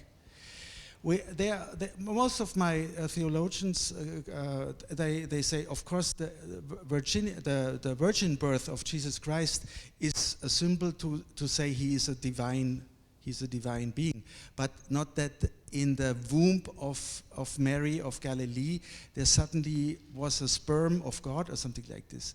So we gave up so many already of our 100 years ago. This would be a heresy. Nowadays we see that our faith changed a lot, and also the Muslims have to change a lot of their scriptural, literal reading. I would even discuss what does it mean that Jesus Christ is that God became man, that He's the Son of God. What does a son mean? Is it uttering a word, as Thomas Aquinas said? He said we cannot explain how God procreated a son. We have to imagine like somebody is thinking in his head, and the word comes out of his mouth, and then the other will understand. So this is the Father, the Son, and the Spirit. So this is how we can somehow translate Trinity. And if I talk this to Muslims, they understand. Yeah, that's the Spirit. That's the Holy Spirit, and He's the Word of God. And then we find a common ground. And to my opinion, if we really try to relate our dogmas, we can find much more common ground than just say, okay, yeah, everybody does his own liturgy, his own prayer. You come over, then you go back. Now perhaps we find also common beliefs, common prayers, common images. Wonderful questions. Just brief comment on Abbas's. I think the way in which you put it, I agree with you. That there is a sort of basic humanism which underwrites a lot of interfaith dialogue and seems obvious on some level. But I would note that if we look at the history of theological thinking, if we look at the history of religious thought and religious action, it just wasn't that obvious, you know. So this is really a new thing. So this is, and I think that this new experience and new vision of interreligious dialogue is really, we're really at the beginning still. And I think in some ways, still confused. I like very much some of Paul's language. I think we're still trying to figure out, and I read this as us still religious people trying to figure out our places within modernity. I think this is still, and that religious humanism gives us a way out of that. But I do think that we need to name this. I mean, I think there is a lot of philosophical and intellectual and theological work which is necessary to accompany this basic humanistic, observation, which you well put. Because if not, there are other forces which are very strong and would not accept what this panel has just spoken here this evening. So. I like very much this end quote about doing that is looking for knowledge that can justify, what we're doing, and I do think we need to do that work as well. Thank you. We have two other questions that we finish up because for security reasons we have to leave this place at a very certain time. Dr. Kardeş and Alexander.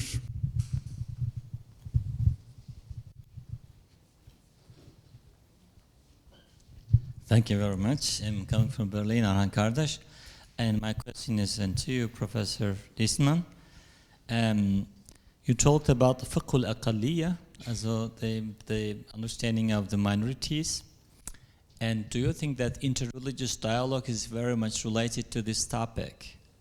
Minority, or is this an issue of minority or majority? And could you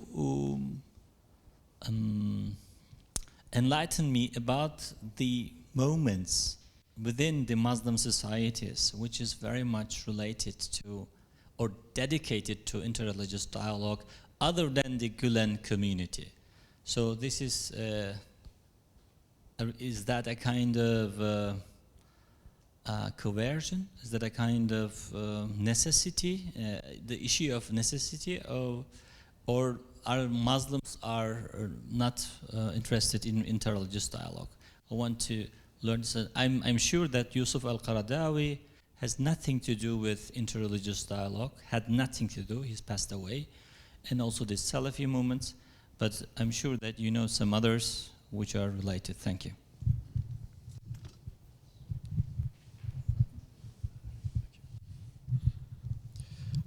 Regarding interfaith dialogue, I have observed two pitfalls, which I have discussed with numerous religious leaders as part of the Protone Project, and I would like to hear your perspective on them. First, relates to superficiality. How can we move beyond a somewhat naive and politically correct approach where everyone remains polite but never dares to address contentious issues? And the second concern proselytism. How can we move past a one-sided dialogue where participants seems more focused on speaking about their own religion than listening to the others? How can members of religious communities with a universal mission, such as Christians or Muslims, particularly approach others not as individuals to convert, but as equals on their own spiritual journey? Thank you.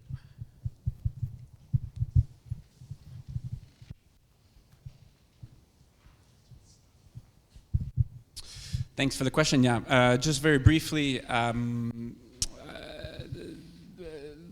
just on the fiqh al-aqaliyat. There's a number of really interesting scholars have looked at the way in which European ulema or ulema from the Middle East who are trying to give fatwas in Europe on the question of Muslims' minority status sort of triggered new thinking on citizenship within the Middle East. And I think that's an important sort of link that which which is represented, I think, also the history of how religious freedom also was developed within Christian circles as well.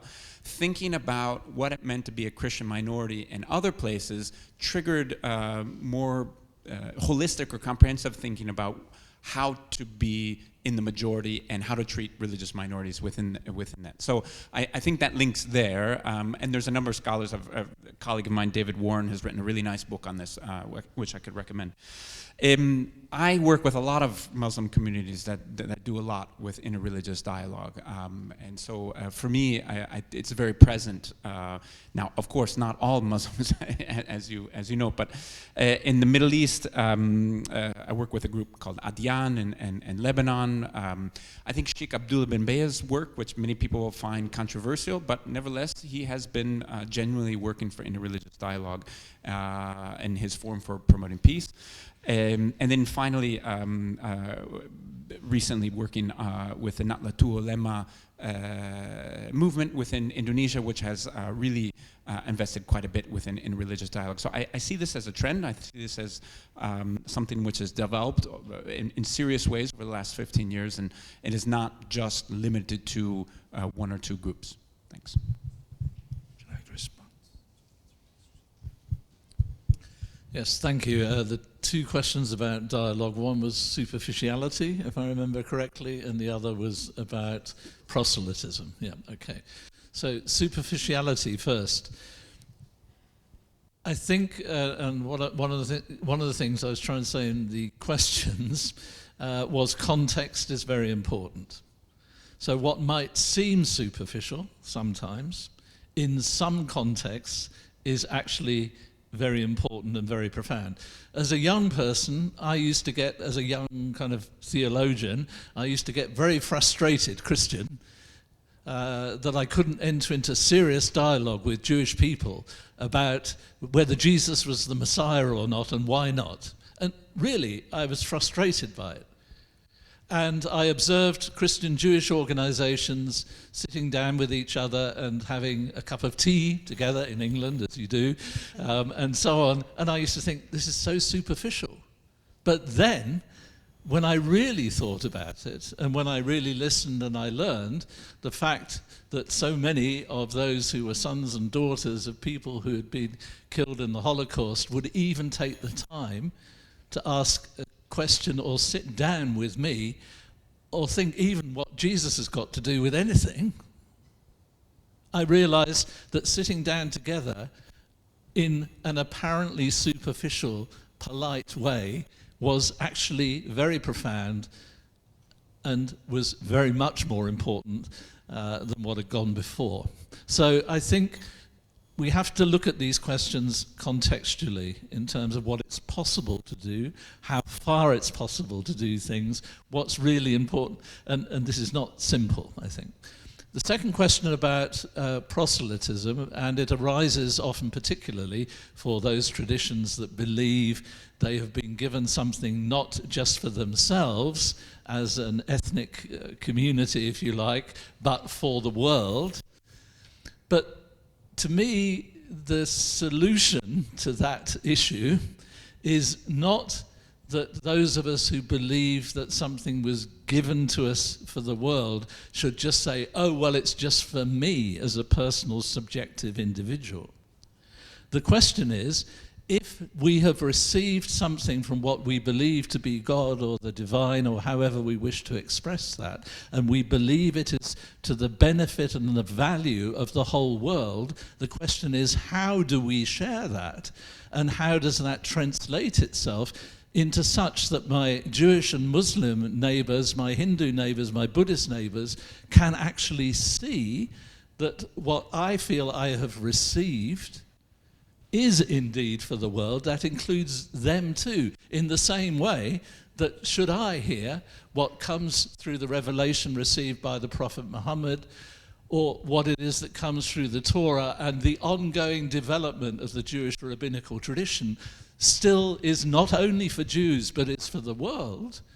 And how does that speak to me as a Christian? So the universality thing need not be the enemy of interreligious peace and good interreligious relations, so long as it's a vision that's held in a way that is respectful towards others and also open to learning from others. That it's for the whole world, not just for me as an individual, whatever tradition I'm in. I want to extend your remark, but add one ultimate question. And my teacher, he organized the Jewish-Christian dialogue in Germany for 15 years. And they discussed theological problems, state of Israel and so on.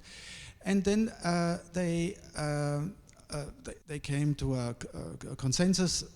You do not do mission work among Jews, so there's no Judenmission, yes, which became now the common point of teaching in the Catholic Church. But then the Jews asked, Clemens Thoma from Basel, he asked, so now we have, in this world, we have solved all the problems. We tolerate each other. We live neighbor as neighbor.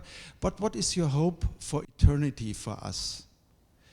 In your heaven, will I accept Christ? Is your hope for me that in the long run, I have to accept Christ to participate in salvation? So we have to also ask this ultimate question: what is our eschatological hope for the others?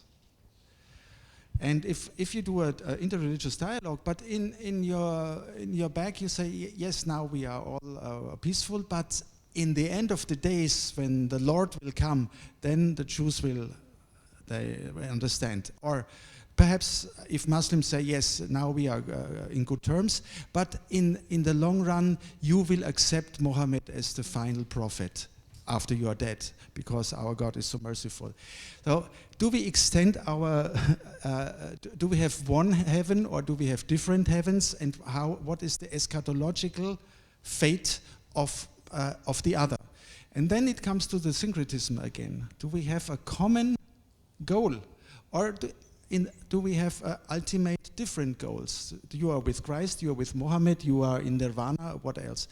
Then we cannot decide on these questions, but we should keep in mind that this is still a very sensitive point that keeps us apart. Thank you so much. And just one sentence to conclude this lovely first day of our event. To Professor Drissen, Professor Hafner, Professor Weller for their great contribution. And also, really, I'm very grateful to Professor Tahir Abbas sharing us the research report after such a long journey of research with his great team. And again, reminding us the importance of the centrality of human person, because most of the time people are just asking us, are you protecting the buildings?